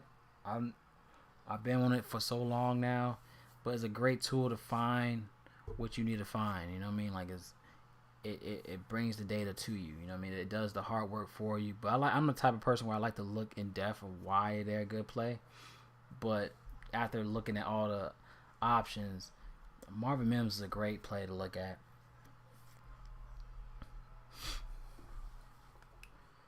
Okay, let's see who else is a good play.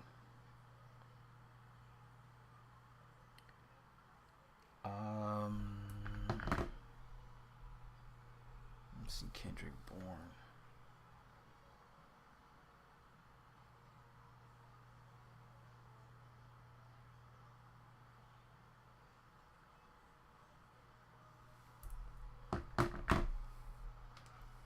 Let's see, Gabe Davis going against Miami. Gabe Davis could be a sleeper. 5,900. Kendrick Bourne going against Dallas is something to look at for 5,000. KJ Osborne, I mentioned him. I think he's a good spot at 42. Y'all let me know what y'all think about who's your favorite receivers for this week. But I like Terry McLaurin. I mentioned him. As you can see here, he had 24 and 19 in the last 2 games against Philly. That's something to look at on that, y'all. He's getting the target still. He's got 6 targets in the last 2 games. He just need to get a touchdown. If he get a touchdown, he's clearly going to hit over 20 easily. He can hit 20 easily if he get a touchdown here. I could have sworn he did get a touchdown in both of those games. I just gotta verify that, but I think Terry McLaurin's a great spot to look at, y'all. Let me double check. No, he didn't get a touchdown. I'm surprised he didn't, but he's getting the targets. So, yeah, he had 100 yards. He had 102 yards and 128 yards in the last 2 games against Philly. So he could be a great, 100 yard, over 100 yards. If you're looking at that route, you want to look at a prop with him getting over 100 yards. I think Terry McLaurin is a great play to do so. I like that play a lot for McLaurin.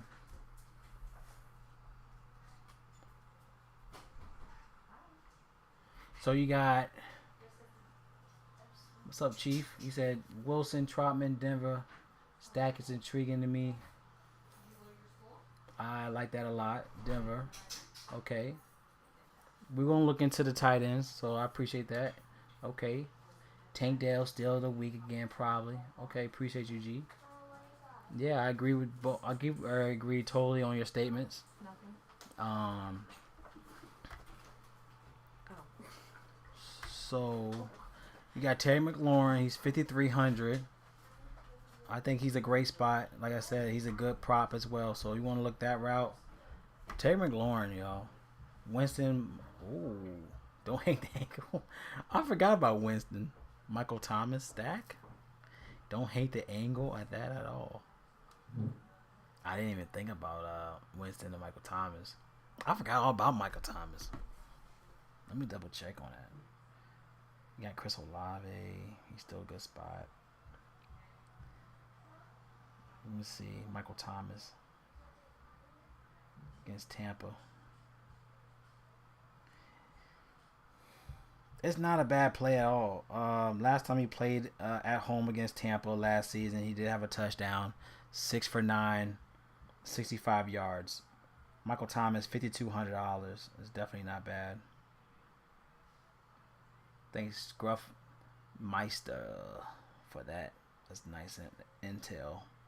I like that a lot. Yeah, $5,200 for you, and we know what he can do. Like, we know that what Michael Thomas could do. So just for my man Scruff Meister, I think it's a great value for Thomas. I think McLaurin's a GPP play. That's just me. I just feel like McLaurin seemed like he should ball out. I think McLaurin's gonna give you 20-something fantasy points against Philly. I just feel it, man. I'm like staring at him like this dude's gonna ball out.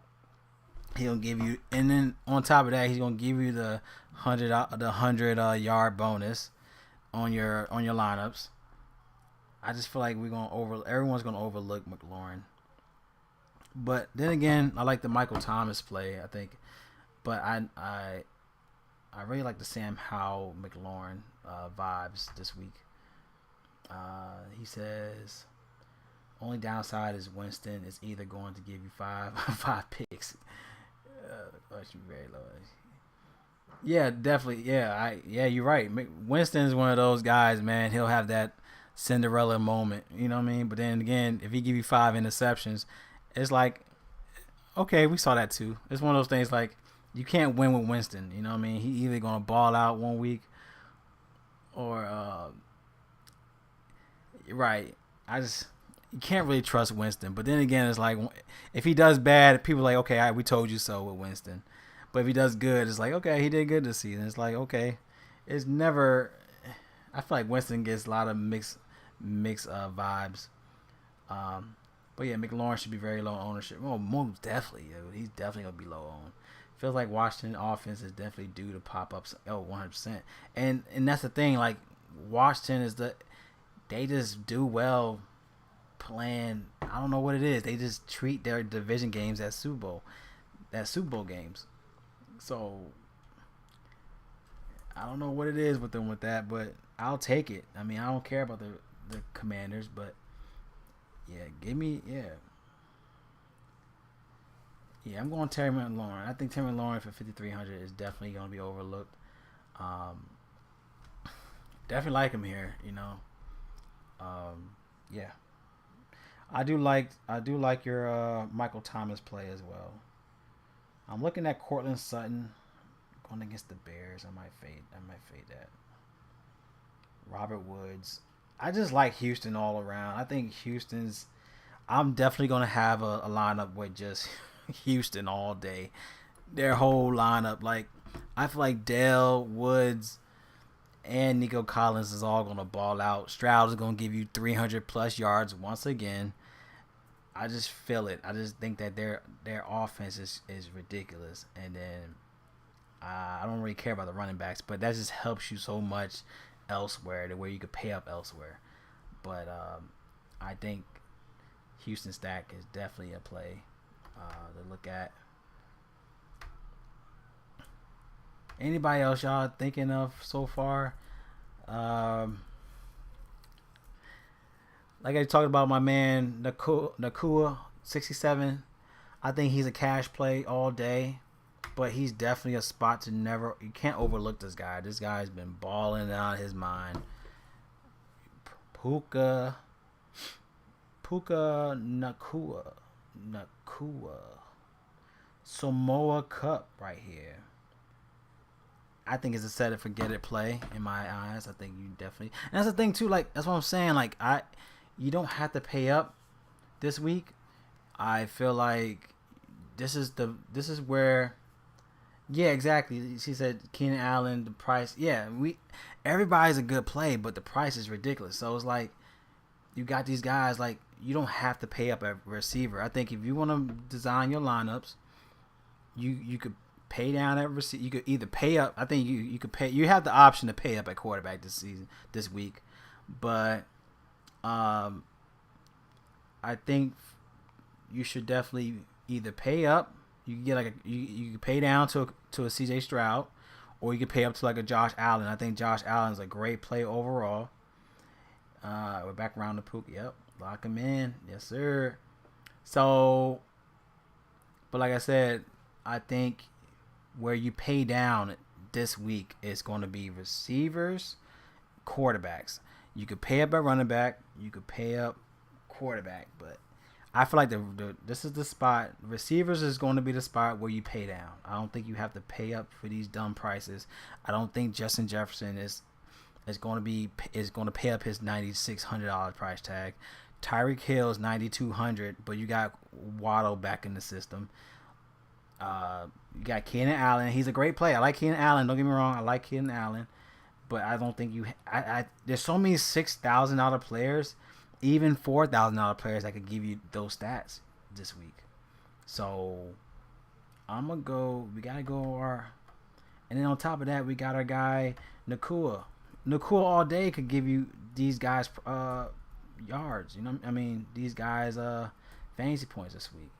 So Nakua is going to be my cash spot. I think he's a great cash spot, but I think you just gotta lock him in, y'all. I think he's a great play. Set it and forget it. Honestly, good spot to look at. And look at that. He's 100%. He's 100% on Draft Dashboard. If you don't have Draft Dashboard, I think it's $1 right now. $1 for the month. You can just use my link in the description. It's always been in my description. Okay, so let's keep it moving. I know Aaron mentioned Michael Pittman. I'm a faded.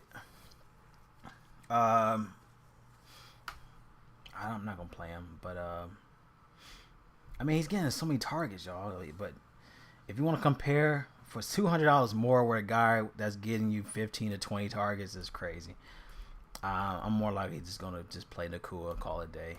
I like Pittman, but I feel like he has to work real hard on that. I'm not gonna go that route. You do have Tutu at will. I mean, he should have easily crushed a slate last week. I think he got robbed with that touchdown that was called back. Uh, they definitely robbed him on that. So Atwell should have easily had 20 plus last week. And he's in a good spot at 5,500. So Atwell, I think is a great value play. He's, like I said, Rams is all day, y'all. I think he's the only expensive guy that sticks out is Allen. But I'm with you. Too much risk and capital for the reward. I agree. Appreciate you doing that one, man. Like the feedback. But yeah, I think you just have to pay down. I think Rams stack is a.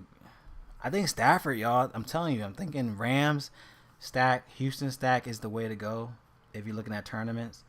But even if you want to just have a pay up, if you think that Josh Allen, I love Josh Allen. He's my guy for the cover for this week, and on top of that, I think he's gonna give you like 30 plus fantasy points. He'll do it. He'll even give you a rushing touchdown. I could see him giving you like a rushing touchdown and 3 passing touchdowns this week.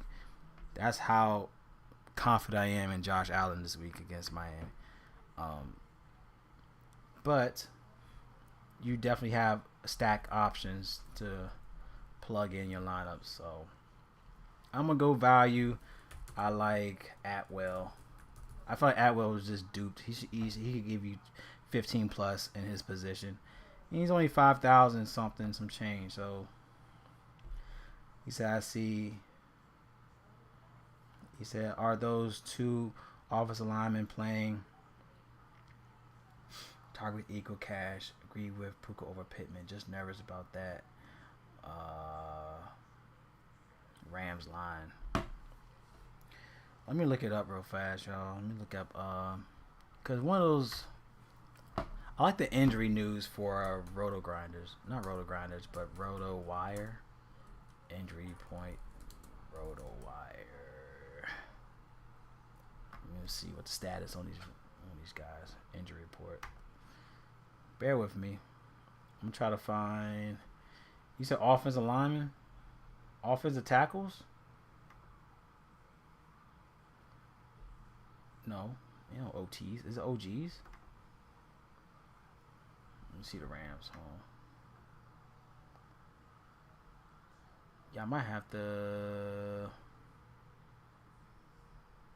I don't even know, y'all. Hold on.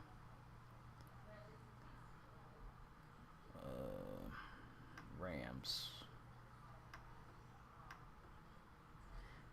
Of course, they're not gonna give me everything. I gotta be a subscriber. What does FA mean?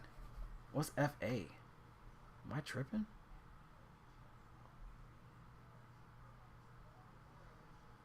Are they is that offensive guards? Let me know what they are. I don't really pay attention to them news. That's probably why. I'm gonna try to figure out. Hold on. I'm looking at the stream. Hold on. He said Rams had 2 offensive linemen questionable. Not sure which. DK mentioned it in Stafford notes. Let me look there. Yeah, let me look because it might still be questionable. They don't show no love to the offensive linemen. They don't show no love. But I need to figure out what let me see. Rams. Okay, you got Rams. Hold on, I'm gonna put this on the screen so y'all can see what I see.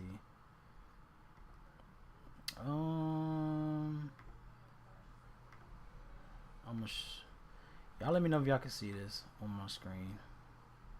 Let me see if I'm not sure. You see the injury report? It's probably too small. I gotta zoom it in. Oh, he said Jackson and Boom. What are those guys? So it says OG. It says no injuries at the moment, so it can't be. Okay. So what's an OT? Is it offensive tackle? Jackson is questionable. Okay, so Jackson is still questionable. And he said no boom. Alright, we gotta figure out who this guy is.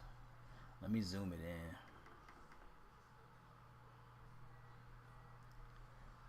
Okay, there's a nice little zoom action. There's the zoom action. I don't see him on there, y'all.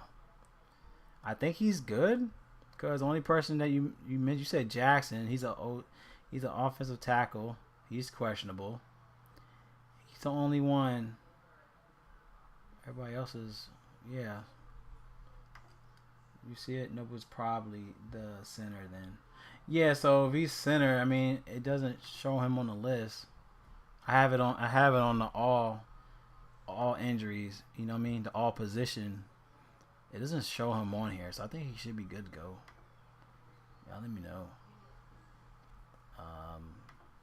But it looks like he's not on the list, y'all. Which is a good thing, right? I mean, if he's a center, shoot, if he's back, we good, right? But yeah, they don't give him no love. They don't give a lot of love on those guys. All right, so I think we're done on that. Let me know who else I might be looking at. Me got DJ Moore. I mean, he look like he's due. Last time he faced Denver, he had 23 fantasy points. I need to verify was that home or away, but DJ Moore, DJ Sharp, DJ Moore. That was at home against Denver. Last season he was 4 for 6, 103 yards with a touchdown. So DJ Moore could be effective once again. Low ownership on that too. So if you want to look at like 100 yards for DJ Moore prop, why not? Like he plays well at home. I mean, he only played on one time, but they said Draftkings said it could be a long weekend for Stafford. Jackson and Newbone were to miss time. He probably got a full practice or two this week. Helps the Stafford play for sure. Then sign me up, please. Stafford all day. We're going to stack up Rams all day. I like the Rams stack. I like DJ Moore. DJ Moore could be a great prop if you're looking into props. I think he getting over 80 yards or 100 yards bonus could be good. DJ Moore and a touchdown opportunity is in effect at home against Denver. So, got to look at some Denver action. Both secondaries are so bad. Got to get some of that Denver-Chicago game somehow, even though they sound all like horrible options. Yeah, which means AKA low ownership, 100%. So, I think DJ Moore is definitely a play. If we look at low ownership, under 6,000, give me some DJ Moore action for today. So we're going DJ Moore. I think he will be a GPP for sure. He's gonna be up there with like McLaurin, y'all. So we got DJ Moore.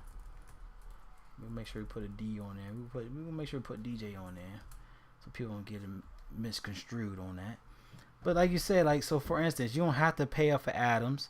You can get yourself a Nakua. Tie that in with some Thielen, some McLaurin, some DJ Moore under 6,000, and you got yourself an easy line that's gonna take the $1 million. You know what I'm saying? You don't need those other guys. But I ain't gonna lie, if Jimmy G's playing, you gotta plug in Adams. Cause Jimmy G is one of those guys. He listens to his receivers. He wants to win, and I hate it. Jimmy G. But he knows he has to feed the ball to Adams is a guy that he's silent but deadly. You know what I mean? He's the guy that he's gonna stare at you all day, and he gonna make you piss your pants. So you know what I'm saying? So you just gotta feed Adams. You know what I'm saying? Like there's no questions asked. So if Jimmy G's playing, you gotta just plug in some Adams.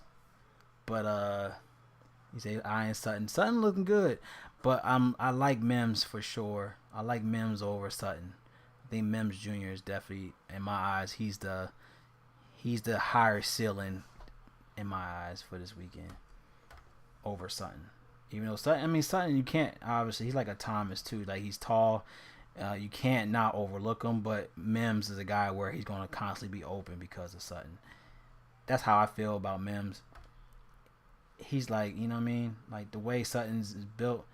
And then you got Judy on. If Judy does play on top of that, like, Mims is going to be open all game because you can't overlook both of those guys. And Mims is going to be open.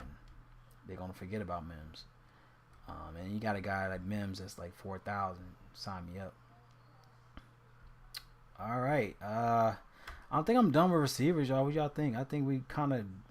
I don't care about Cincinnati, Jamar Chase, whatever.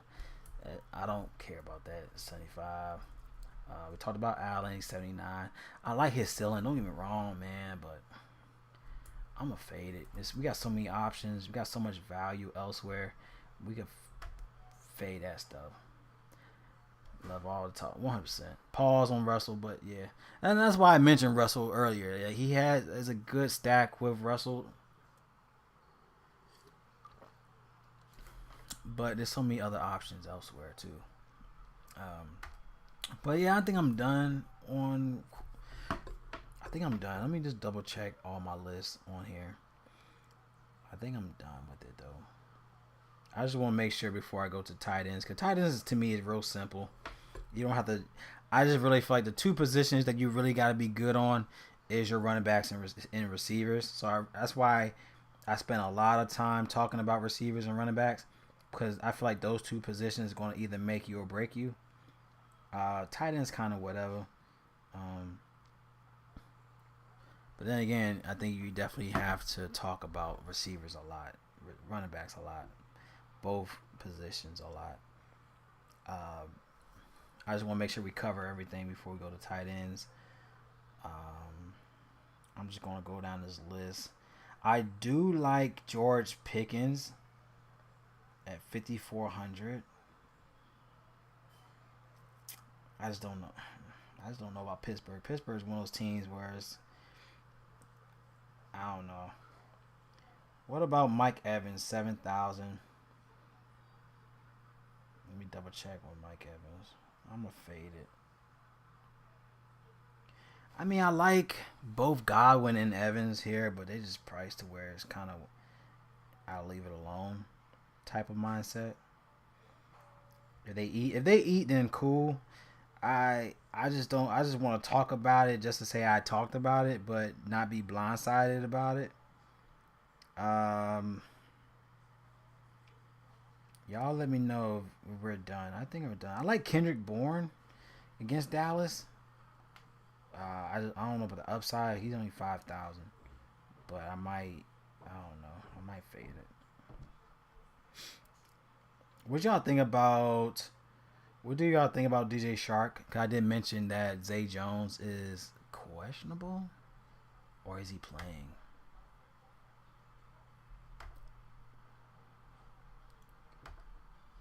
Is he questionable? Zay Jones is questionable, but if he's out, I like DJ Shark if he's out. I think I'm done. Addison. I like Addison. He's definitely he's been consistent, you know what I mean? But 5,700, we just mentioned so many guys at that price tag that could easily pass Addison. Elijah Moore, he's 47. I'ma fade it. Hunter Renfro's whatever. Terrence Marshall's whatever. Brandon Cooks is definitely whatever. Especially when we got Dak. So I ain't fade. I'm gonna fade that. That y'all let me know. I think I'm ready to talk about tight ends. I'm going through everything. I don't see anybody that's popping up other than the guys we mentioned.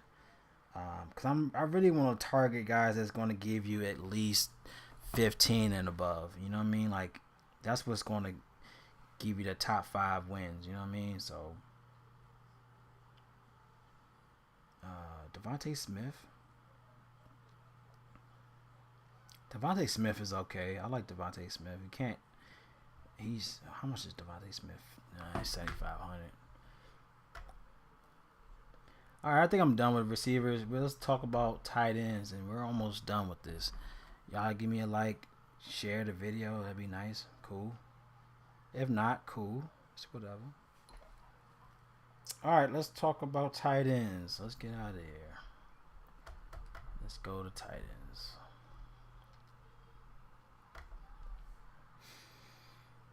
All right, we got. You know who's been overlooked, y'all? I think we should go back to the well with Hunter Henry. Hunter Henry, man. I think a lot of people is not talking about him. I like him. I mean, he had a dud last week, but he's still getting the targets. He had 17 in the last 2.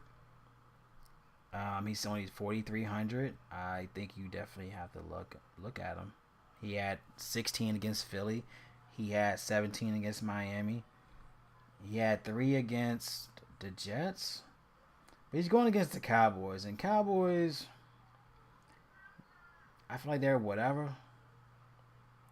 And the last time he played it was a long time ago. The last time he played at Dallas was in 2017. And he had a touchdown. He was 5 for 5, 76 receiving yards with a touchdown. And the thing is, those are not mediocre like numbers. He's still putting those numbers right now. Like he's still giving you 7 targets. I'm sorry. He's still giving you 5 to 6 targets a game. So he could easily give you another 5 for 6, maybe a 4 for 6, and give you a touchdown. So for $4,300, I think Hunter Henry is definitely a spot to look at. Hawk or Andrews, LOL, chalk, like Parham for value, even more if Everett sits. You did talk about Trotman. Is my touchdown boom or bust guy. Henry isn't a bad option either. Mac Jones always loved the tight ends. 100%. I think you definitely you hit it on a nail. Like we mentioned that earlier. Like tight ends, it's Hawkinson, Andrews, chalk. We already know that's how it is, right? But I think when you look at tight ends, you just want to get your value and keep it pushing.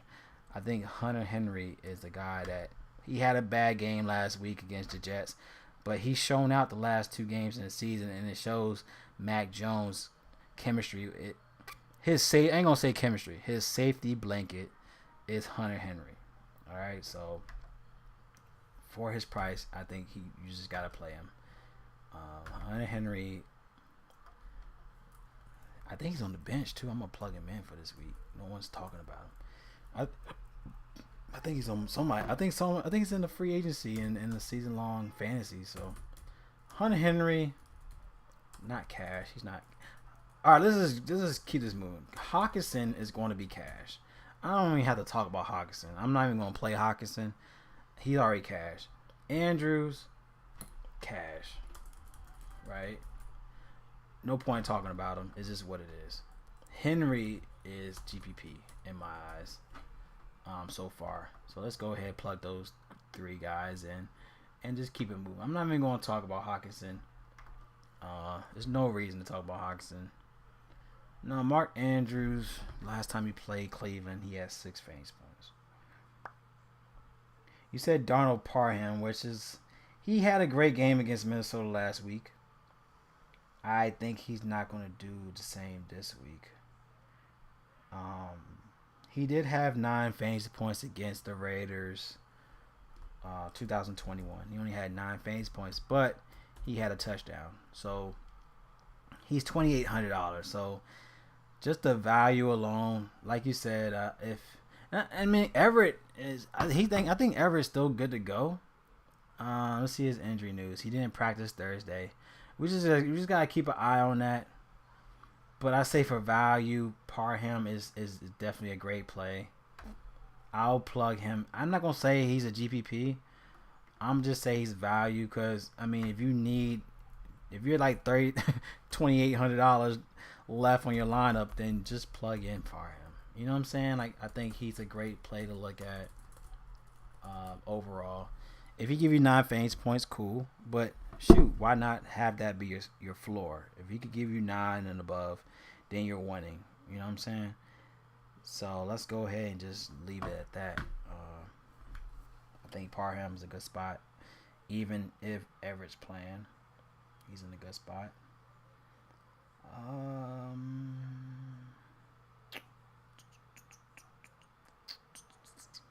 I like Logan Thomas, but I gotta figure out if he's gonna play or not. I don't think he's playing. Oh, you know who's good spot is George Kittle. He's only $5,100. I'm not even gonna talk about Andrews. I'm gonna take Andrews out. I don't think Andrews is even worth my time. I'm gonna put Kittle as cash, but Kittle for $5,100 is killing it with playing at Arizona. Let me see. When's the last time? Where are they playing at? Are they playing home? Okay, so the last 2 times they played at home, Kittle had 18 and 24. He had 3 touchdowns in the last 2 games at home against Arizona. He was 4 for 6, 29 receiving yards. And then in 2021, he was 6 for 8, 101. We got a good game here for Kittle. I think Kittle is a great spot. Means all Parham, who Herbert likes throwing to more. Cheap points, I think, if nothing else. Huge upside if that game goes high scoring. 100%. I appreciate your feedback, Scrub Meister, man. I appreciate you checking in with me, man, and getting good conversation. That's a good intel right there. So I trust that on there. I'm going to go Kittle, man. I think Kittle's a great spot to not overlook. He's a great cash play, but I like Kittle a lot. He shows he got good upside against Arizona. So we just need because hold on. Purdy gave him 2 touchdowns last season. So I can't say that, you know what I mean? Like, it shows chemistry. The last time Purdy played Arizona last year, that was week 18. He threw 2 touchdowns to Kittle. So that's good. That's good to know. Hawkinson going against Carolina. Playing at Carolina is whatever. And the reason why I'm not sold on Minnesota is just that I don't trust Cousins playing away. Anytime he plays, if he don't play on a dome or any in that fashion, that dude plays like a straight up scrub. So Hawkinson, yeah, he's a good play, but I like Kittle for 5,100. I think he's a great play. Made some money with your help in league quite a few times. Never caught alive though. Okay, I appreciate you, homie. Okay, yeah, man. I try to do it live, man. I like the conversation alive, and I like to just break it all down in one video. I know a lot of people do it for the YouTube aspect, but it's to the point now. It's just I got so much love outside of YouTube, doing getting like, you know, affiliates in that nature, but not to the point where you need it. I don't think you need it. I think YouTube for me now is just a great way to get free stuff from affiliates. I think that's the only reason why I still do YouTube. Other than that, it's kind of whatever now with YouTube. You said, is this game Komet? His 2 touchdown game seems like it's coming soon. Cole Komet. Let's look, shall we?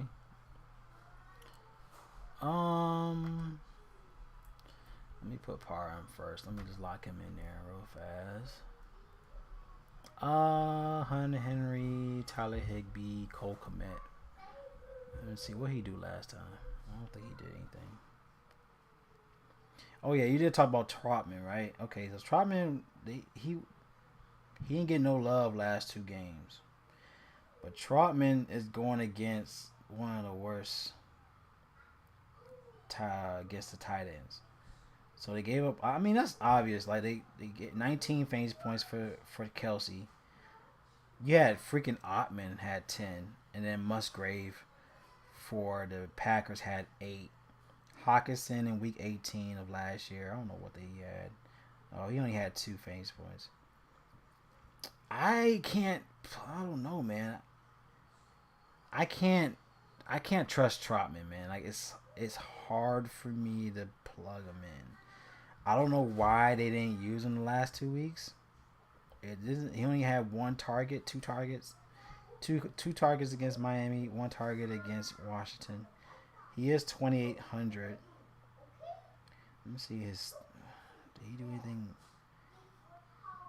Last time he played the Bears was in a wild card game in 2020. He only had three targets, one reception. I don't know about Trotman, man. I can't. I don't know, man. I can't. I'm gonna have to fade it. Now, if he ball out, kudos to you, bro. Because I'm not gonna say it's a bad play. I'm never gonna tell people it's a bad play. I'm not the type of person to say it's a bad play because you see something that I don't see. You know what I mean? He said Musgrave been killing me. I don't have Musgrave. But yeah, man, I can't plug on Trotman. After seeing that, I can't say that he is a good play. It's to the point now. Like since we talked about Parham, I'd rather play Parham over Trotman with the same price tag. You know what I mean? I can't, like you say, he is okay. Just sort of a boom or bust guy for me. Low ownership. Oh, he's definitely low ownership. Maybe he gets some red zone action. Is all I'm hoping for. Okay, no problem. I just don't know about that play. Yeah, I can't say is a good player or not. If he gets a red zone, if he get a red zone touchdown and gives you 13 fantasy points, you're in the game, man. It is what it is. I say good luck on that one, man. I'm not gonna say it's a bad play. He's in a good spot, is what I'm saying. Like he's in a good spot to do something. He should do something, right? He has the opportunity to do something. But I wouldn't be surprised if we don't. You know what I mean? It's one of those plays where I won't be surprised if we don't. But he's in a position to do something. He had, let's go somewhere. Let's go. Okay, you said about Cole Kmet. Going against Denver. He's averaging 12.6 fantasy points in the last 6 home games, which I'm figuring out. I'm not sure how that is. So the last few games at home, he played Green Bay at week 1, he had 9. He played Minnesota week 18, he had 15, 7, 6, 13, 23, 22. Cole Kmet is in a good spot as well. I think I don't know. I'm to the point now, I feel like I'm going to go either Kittle.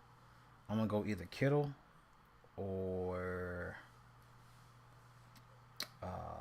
I'm going Kittle or Henry in this overall. I'm not going else. I don't think I'm going elsewhere. I don't see anything else why I should go. Maybe Hayden Hurst? Maybe Hayden? What y'all think about Hayden Hurst? Hayden Hurst should do something against Minnesota. The last game he balled out in was week 1 against Atlanta. He had 15. And then he kind of dudded ever since then. But what y'all think about Hayden Hurst? I don't know about Hayden Hurst. Cole Kmet is in the air for me. I'm not sold on Hayden. I'm not sold on Cole Kmet either. I'm just gonna stay in the green. Like George Kittle to me seems like a lock in my eyes against Arizona. The fact that he had 2 touchdowns with Purdy at home against them last season, he's due for a big game. I mean, he had 16 last week. You got Samuel that's dealing with, I think, broken rib. You got a Yuck that's trying to come back. I think Kittle is in another great spot this week. And I like Hunter Henry for value. I think those are the 2 guys I'm just going to look at. Because I don't really think too much into tight ends. It's kind of like whatever I see, I think I'm just going to lock it in. But just seeing how Kittle balls at home against Arizona, I'm going to just stay on that. I love the Kittle angle. Just need Arizona to hang around so they will throw, because now there's a happy running 100%. And that's why I was looking at Elijah Mitchell. That's why I was saying about Elijah Mitchell. I think if you're looking at the afternoon games, I wouldn't be surprised if you're going to do an afternoon slate, plug in Elijah Mitchell as like a flex play, because I wouldn't be surprised, like you said, I wouldn't be surprised if he gets a few touches. If the game gets out of control, I wouldn't be surprised if I see 12 to 15 fantasy points by Elijah Mitchell, because at that point I don't think they're gonna risk McCaffrey. You know, they're gonna just swap it with Mitchell. You know what I'm saying? So if you're gonna play afternoon slate, plug in. I recommend playing Elijah Mitchell on a flex. On a flex for real. But I like James Conner. I like James Conner in this game. I like him overall for this game. But like you said, I think Kittle could get his play. He could get his yards early. I think Kittle could give you 15 plus in this game early, and I don't think that's going to be a problem with Kittle. So I'm gonna just stick. That's why I say I don't really dwell so much into the tight ends, because it's kind of like a one-way road with me with tight ends. So for me, cash, I'll say Hawkinson, Kittle. GPP for me will be Henry, and then Parham value. I think I'm gonna just stick with that. I don't think you should. I mean, Kokomet angle is good, but I think the Parham is a great spot to where if you need value under 3,000, I think you should just plug in Parham. I think that's, to me, the best angle in general on this slate for tight ends. Same here. Corner has been a workhorse. Yes, 100%. All right, so I think I'm done on that. Let's just go straight into the defense. Y'all let me know how it's going. What y'all think about the slate? I just like to try to break it down. I like to try to just literally break this shit down to where we have a condensed line of guys. I mean, a condensed pool of guys, to where it doesn't get too hard and it gets difficult to make a lineup. You know what I mean? Which after we're done with the defense, I'm gonna make a lineup. I'm gonna just try to make a good lineup real fast. Make a couple of lineups for Draftkings and FanDuel, that we could just use for the whatever you want to use for. I think overall we have great players to cash for this weekend. But like I said, please share the video. So I got news that Cooper Kupp will practice. Okay, so he's practicing next week. Okay, that has nothing to do with this week. So I think we're good on that.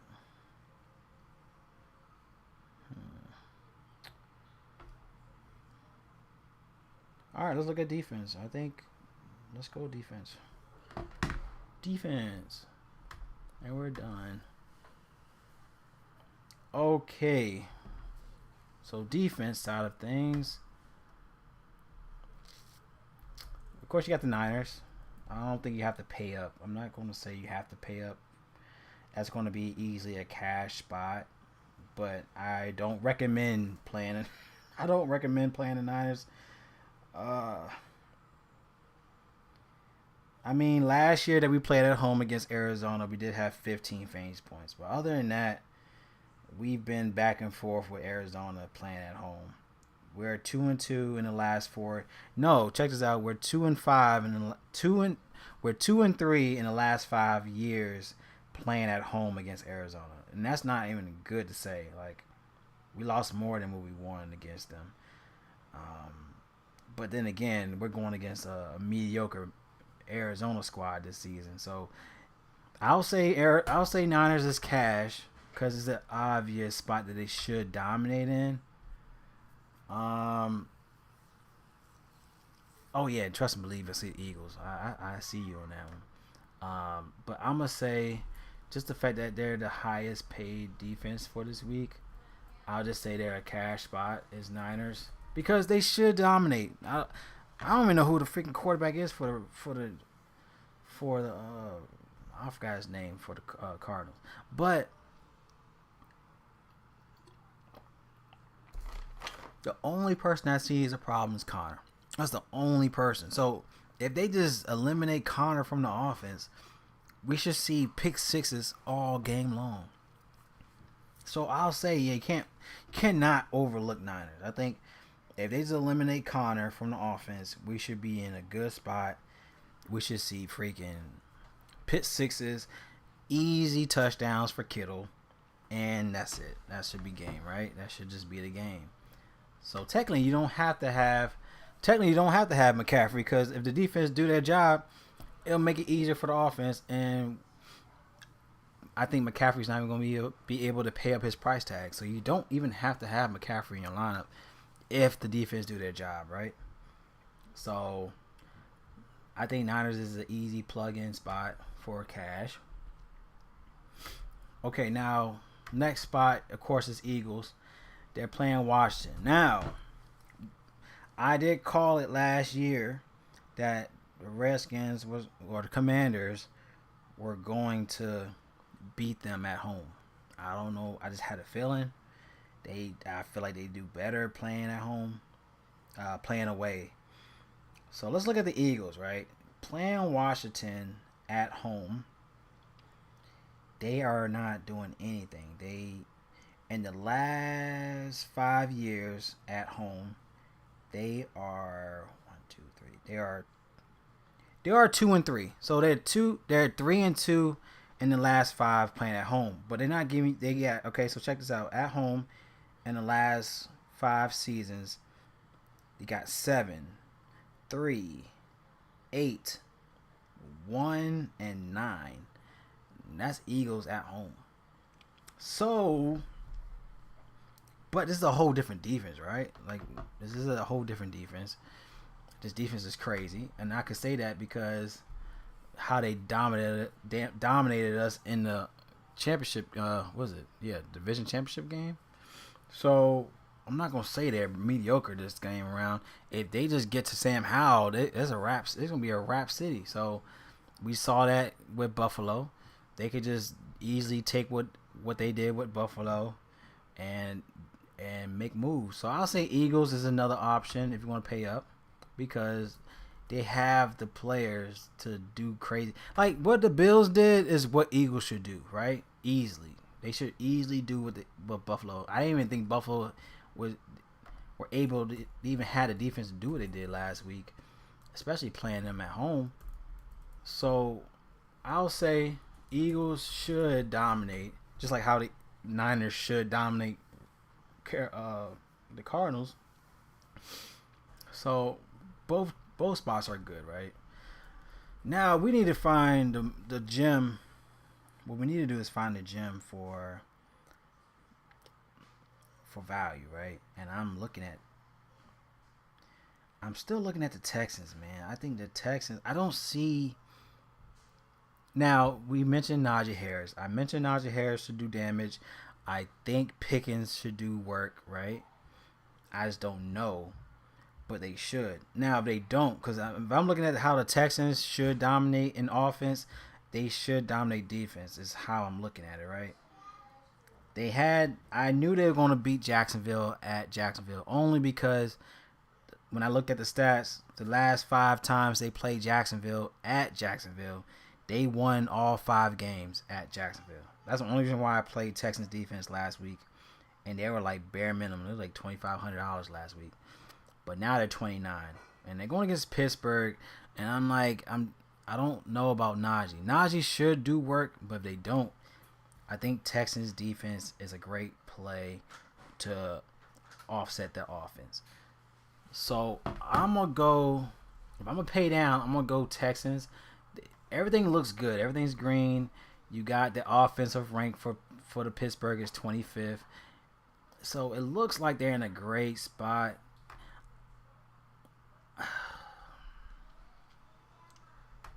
I'm going to go GPP Texans defense. I just feel like they're in they just have everything running for them in this game. I didn't see.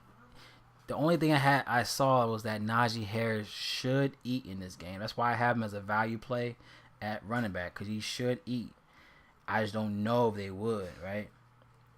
But if he doesn't eat, then the Texans defense is going to go crazy on Pickett. And I just see them winning this game. So I got Texans. I like Texans here for value.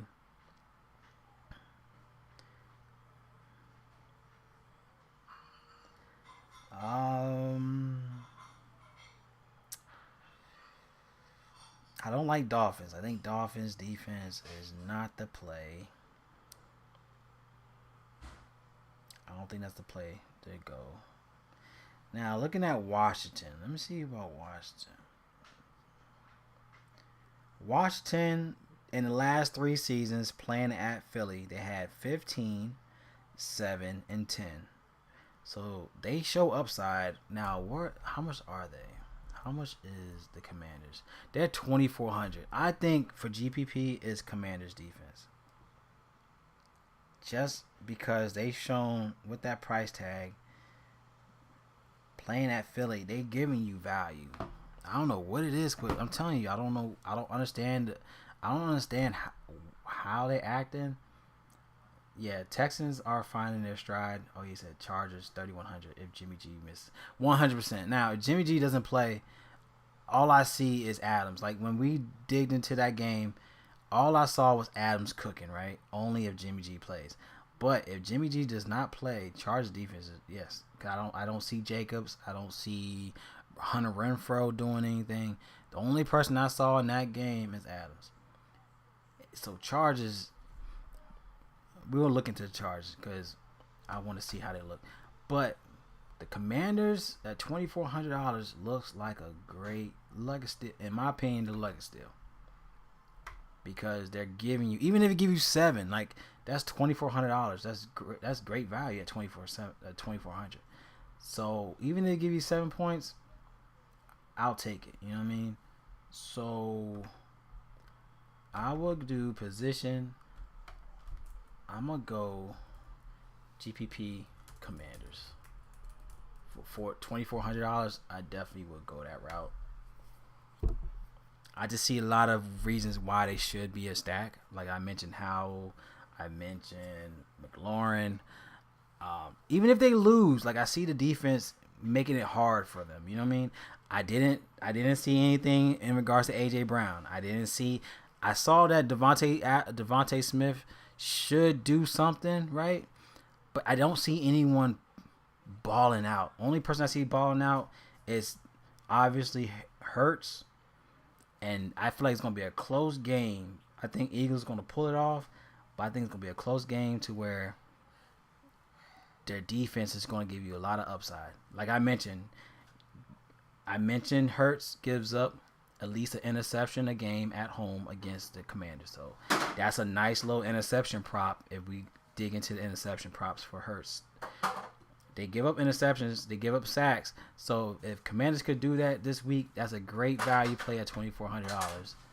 So that's something to look at. You fading Keenan Allen and cash. It could be a nice cheap angle too. Might get a turnover or defense. Fields is going to be Fields 100%. I did say I'm fading Keenan Allen. I am. I'm not gonna play him. Cash, I'm not gonna play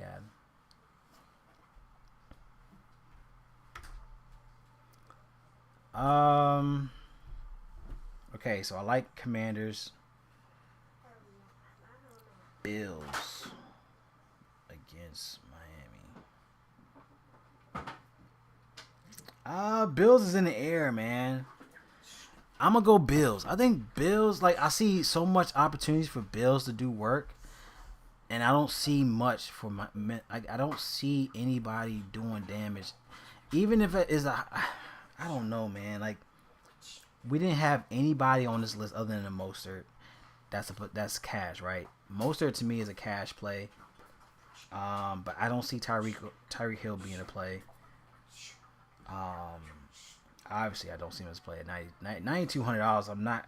Now, many people gonna say Tyreek Hill just to say it. I'm not gonna say. I'm not even gonna play Tyreek Hill. So it's no point in me even mentioning it.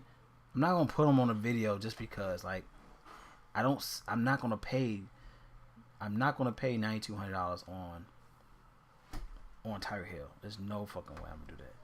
Now, I just see so much opportunity for Buffalo to win that. For $2,700 is a great play for the Bills. Now, if the Bills was like $3,500 or like $3,800, I wouldn't play the Bills defense. But the fact that they're $2,700, I think Bills is a great play to look at for 27. Yeah, I just don't see because Okay, playing Miami, right? At home. Bills won at home in the last 7. In the last 7 years at home, the Bills won, right? And every year but last year. So, okay, let's go over the numbers. Okay, this is the Bills playing at home against Miami. They had 8-1. That's last year. 2021, they had 10. 2020, they had 21. 2019, 11. 2018, 16. 2017 is 9. So that's what I'm saying. Like I don't see Miami doing that much damage to where, yes, they did do what, 35 fantasy points last week, but I still see them being effective for their price point at 2,700. Even if they give you 10, I think that's a great play, right? So Bills under 3,000 is going to be a great play. So I'm gonna go Bills. I'll go Bills over Chargers. And I ain't gonna say that. I disregard. I'm not gonna say that. Let's look into it. I'm gonna just look into it real quick before I say that. So them playing at home.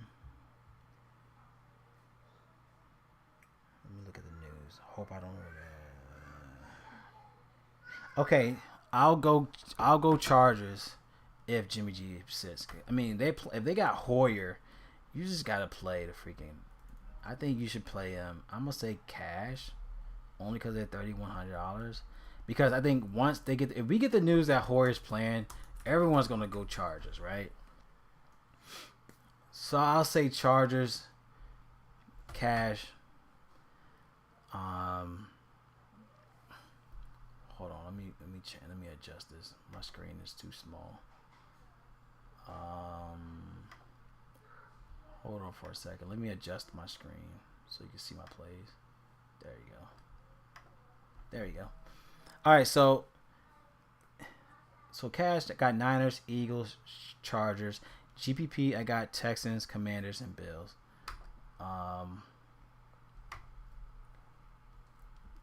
What else?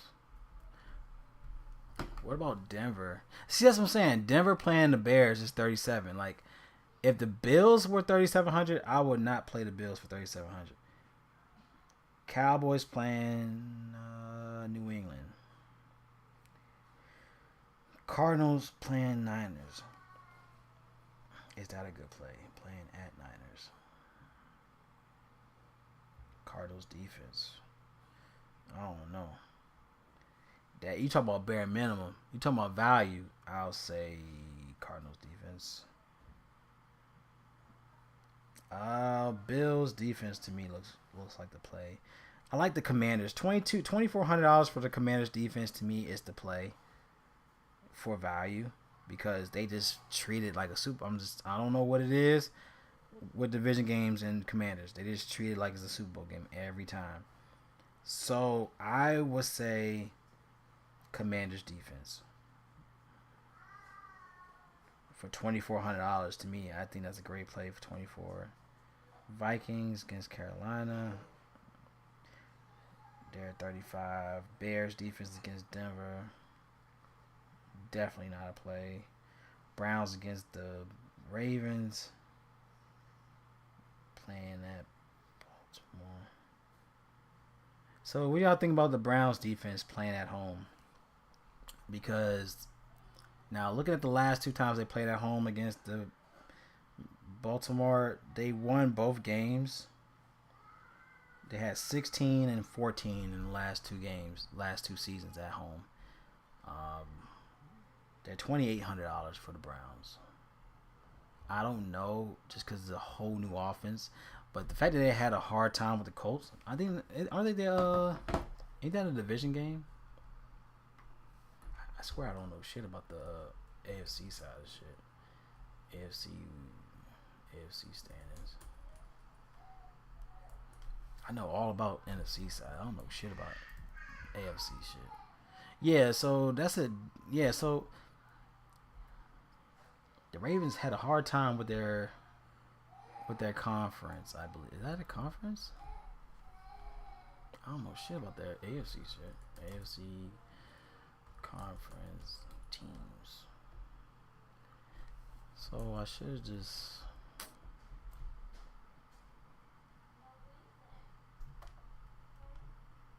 Yeah, I don't know shit about that, man.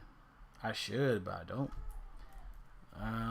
And that's the thing too. Buffalo Bills, Miami. That's a division game. No, I'm sorry. So that's North. So Ravens had a hard time. That's not even a division game.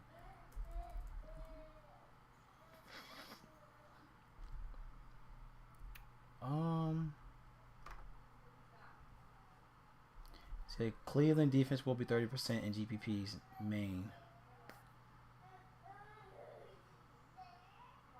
So many running backs in 5,563 range.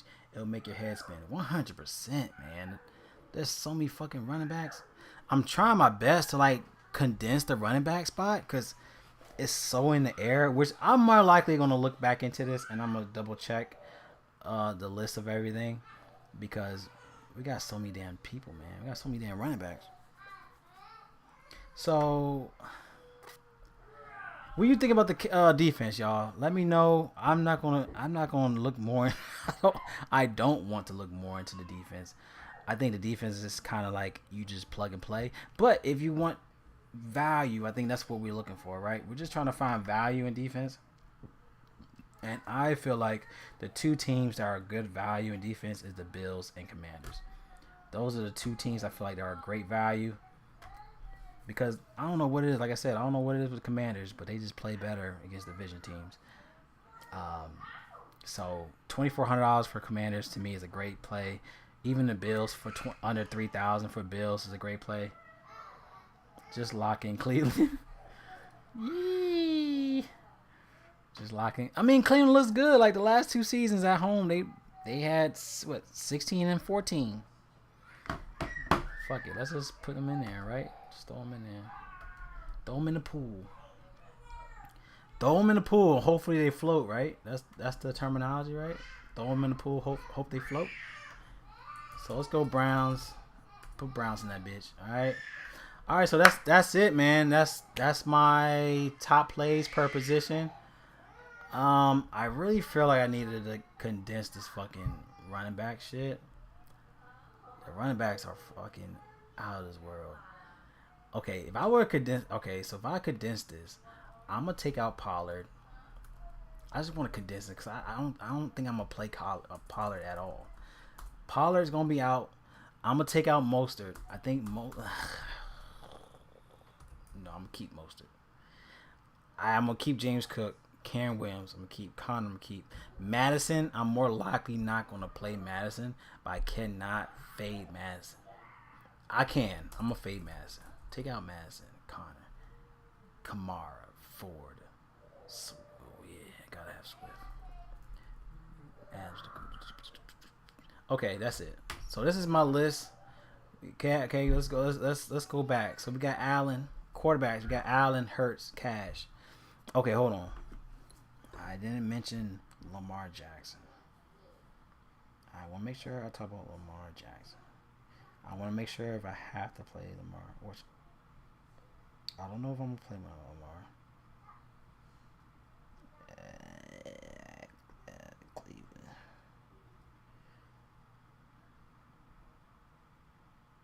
No, I'm not playing Lamar. Fuck Lamar. We're not playing Lamar. All right, so okay, we got that. GPP, Stafford, Stroud, Howell. Do I want to play? I'm gonna keep him on there. He's only $5,000. I'm gonna keep Howell on there. Running backs, we got CMC, Mostert, GPP. We got James Cook, Karen Williams, Connor, Value, Swift, Ford, Kamara, Harris. Harris he's a question mark. Harris is just a question mark, but I wouldn't be surprised if he balls out. But he's a damn question mark. Cash, receivers, we got Adam, Nakua, GPP, Collins, Thielen, Mims, McLaurin, DJ Moore. Value, you got Dell, Woods, Shaheed, Thomas, Atwell. Cash, tight ends, Hawkinson, Kittle. I can't think. GPP, Henry, Value, Parham, defense. I like it. I like it. My stacks. I think my my stacks for the stack list will be Buffalo. I'm not even gonna have Miami. Buffalo's gonna be my cash stack. Is there anybody else I haven't had a stack on? I think there was only team I had. I think that was the cash play that was a stack. GPP, I think Rams and Houston all day is a stack option for this week. Injury news, we got Zay Jones we got to worry about. Is there anybody else we got to worry about with injury news? I don't even know. I don't even see anybody else to be worried. I mean, you got Metcalf. I don't care about Metcalf. Yeah, I don't think there's anybody else. Let me know what y'all think about the list. Let's go ahead and... I'm not on Cook or Madison. Ooh, Aaron, you tough. Derek, what's up, champ? There he is. What's up, Chief? So let me know what y'all think about the list. But yo, I think you have to have Cook, man. But let's go ahead and make a Draftkings list. Let's go into draft dashboard. I just like to use their I'm not going to say just to use the lineup optimizer. I just like it to make a play. So let's go ahead and see what we could cook up. All right. Let me know if y'all. Let me see if y'all can see this. I don't know if y'all can see it or not. Thanks, champ. Appreciate you. You know I gotta say I appreciate it, G. Okay, so let's go and I just want to make sure y'all can see this shit. I want to make sure. Let's go ahead and take. I need to zoom this bitch in. That's what I need to do. Just zoom it in. Let me zoom it in. Zoom it in. Zoom it in. Zoom it in. There we go. Look at that. All right. Let's go. Let's take my picture. Zoom it in. Zoom it in. Zoom it in. Zoom it in. Zoom. Okay. All right. This is GPP. All right. I don't really care if it's GPP or not. We're just gonna make a dope ass list. All right. We're gonna do a list with Houston. All right. We got CJ Stroud. This is CJ Stroud, James Cook. Let's put McCaffrey's ass in there. All right, receivers. You got Thielen. You got Dell. You got Nico. Let's throw away. Let's plug in Henry. Let's throw in. How much we got left? 500. Let's throw in. That's something I like here. I like boom Commanders. Look at that. I like this a lot. So it could be one of my stacks. It's 50,000 altogether. But you got CJ Stroud, James Cook, Christian McCaffrey, Adam Thielen, Tank Dell, Nico Collins, Hunter Henry, Devontae Adams, and Washington. I like that a lot. Let's stack that bitch up. Let's go ahead and save. I gotta save that. Let's save that line. Let me know what y'all think about that one. Don't play Henry. Come on, man. Okay, let's do another one without Henry. I already have one. I'm gonna plug in Kittle. Let's plug in Kittle there. Now we got so many options. So let's take away Nico Collins. Even though I like Nico, I think Nico is gonna be the more. He's gonna get the higher option. So let's go. Marvin Mims. Ooh, look at that. Marvin Mims. CJ Stroud, Cook, McCaffrey, Thielen, Dell, Marvin Mims, Kittle, Devontae Adams, Commanders. That's nice. I'm going to save that. And I'm going to save that. And I'm going to switch to defense. to where we got the Bills defense. Ooh, Bills defense. Throw that in there. I like that a lot. Let's throw that. Let's save that line.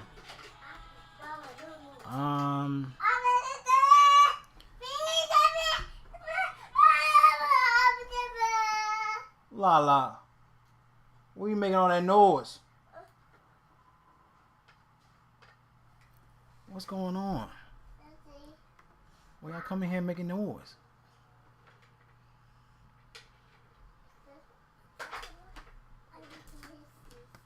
No, man. Like the defense is struggling, right? But what I'm saying is they just different when they play at Philly. They're just different. If you look back, I mean, they are struggling, but they're different, man. They'll come in there in Philly. They're $2,400, man. I just feel like they can still give you 7+ points if you go Philly. If you go defense on Washington. So still as tight end, no. I mean, you got was it Fear? Didn't we have that discussion last time about Fierce? How you pronounce Fearsmith? Fearsmouth? Fearsmith. I think it's Fearsmith. It took me 10 minutes to pronounce his name last time we talked about him. But no, I'm not playing him.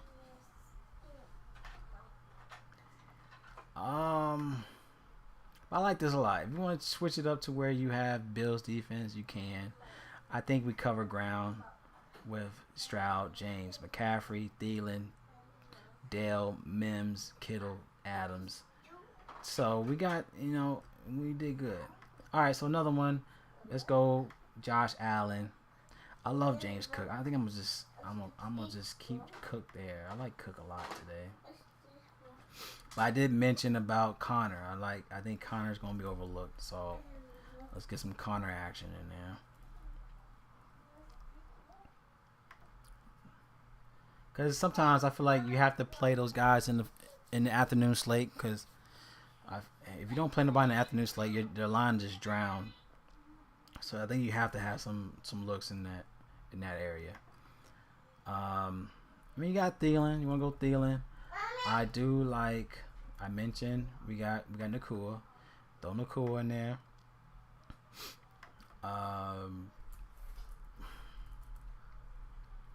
Throw Nakua's ass in there. Throw Terry McLaurin. I think Terry McLaurin's going to be overlooked. Gotta get some McLaurin action in there.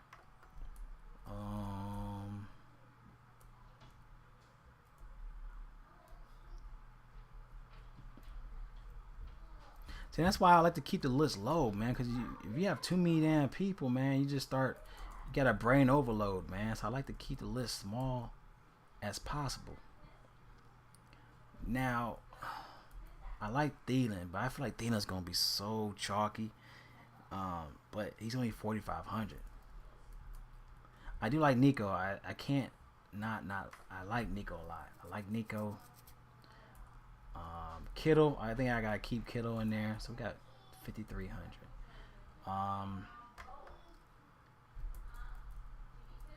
Now, if you want to pay up, you got Eagles defense. If you feel like if they just attack Sam Howell and do damage, go Eagles defense.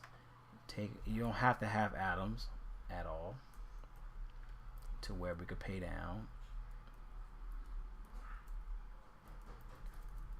I like DeAndre Swift, man. I think DeAndre Swift. I feel like I can't fade DeAndre Swift. So let's do DeAndre Swift. I need for how much money I have left. Damn, 2,000. Okay, so let's go. This is gonna be my last line for Draftkings, y'all, because the video is a little too long. I just wanted to tap in. I think you have to have DeAndre Swift in this game.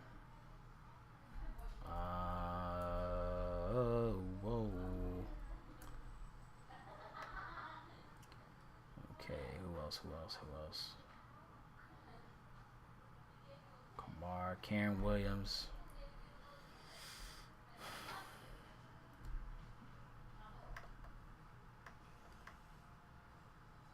Just leave it like that. I just need to get rid of somebody. Someone got to go.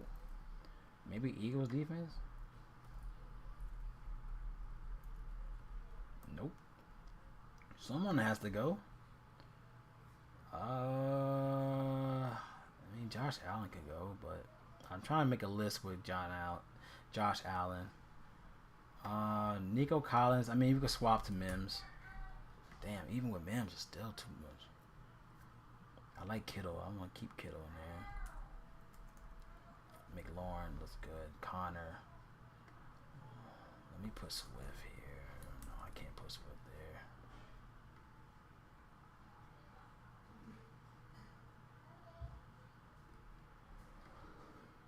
James Cook.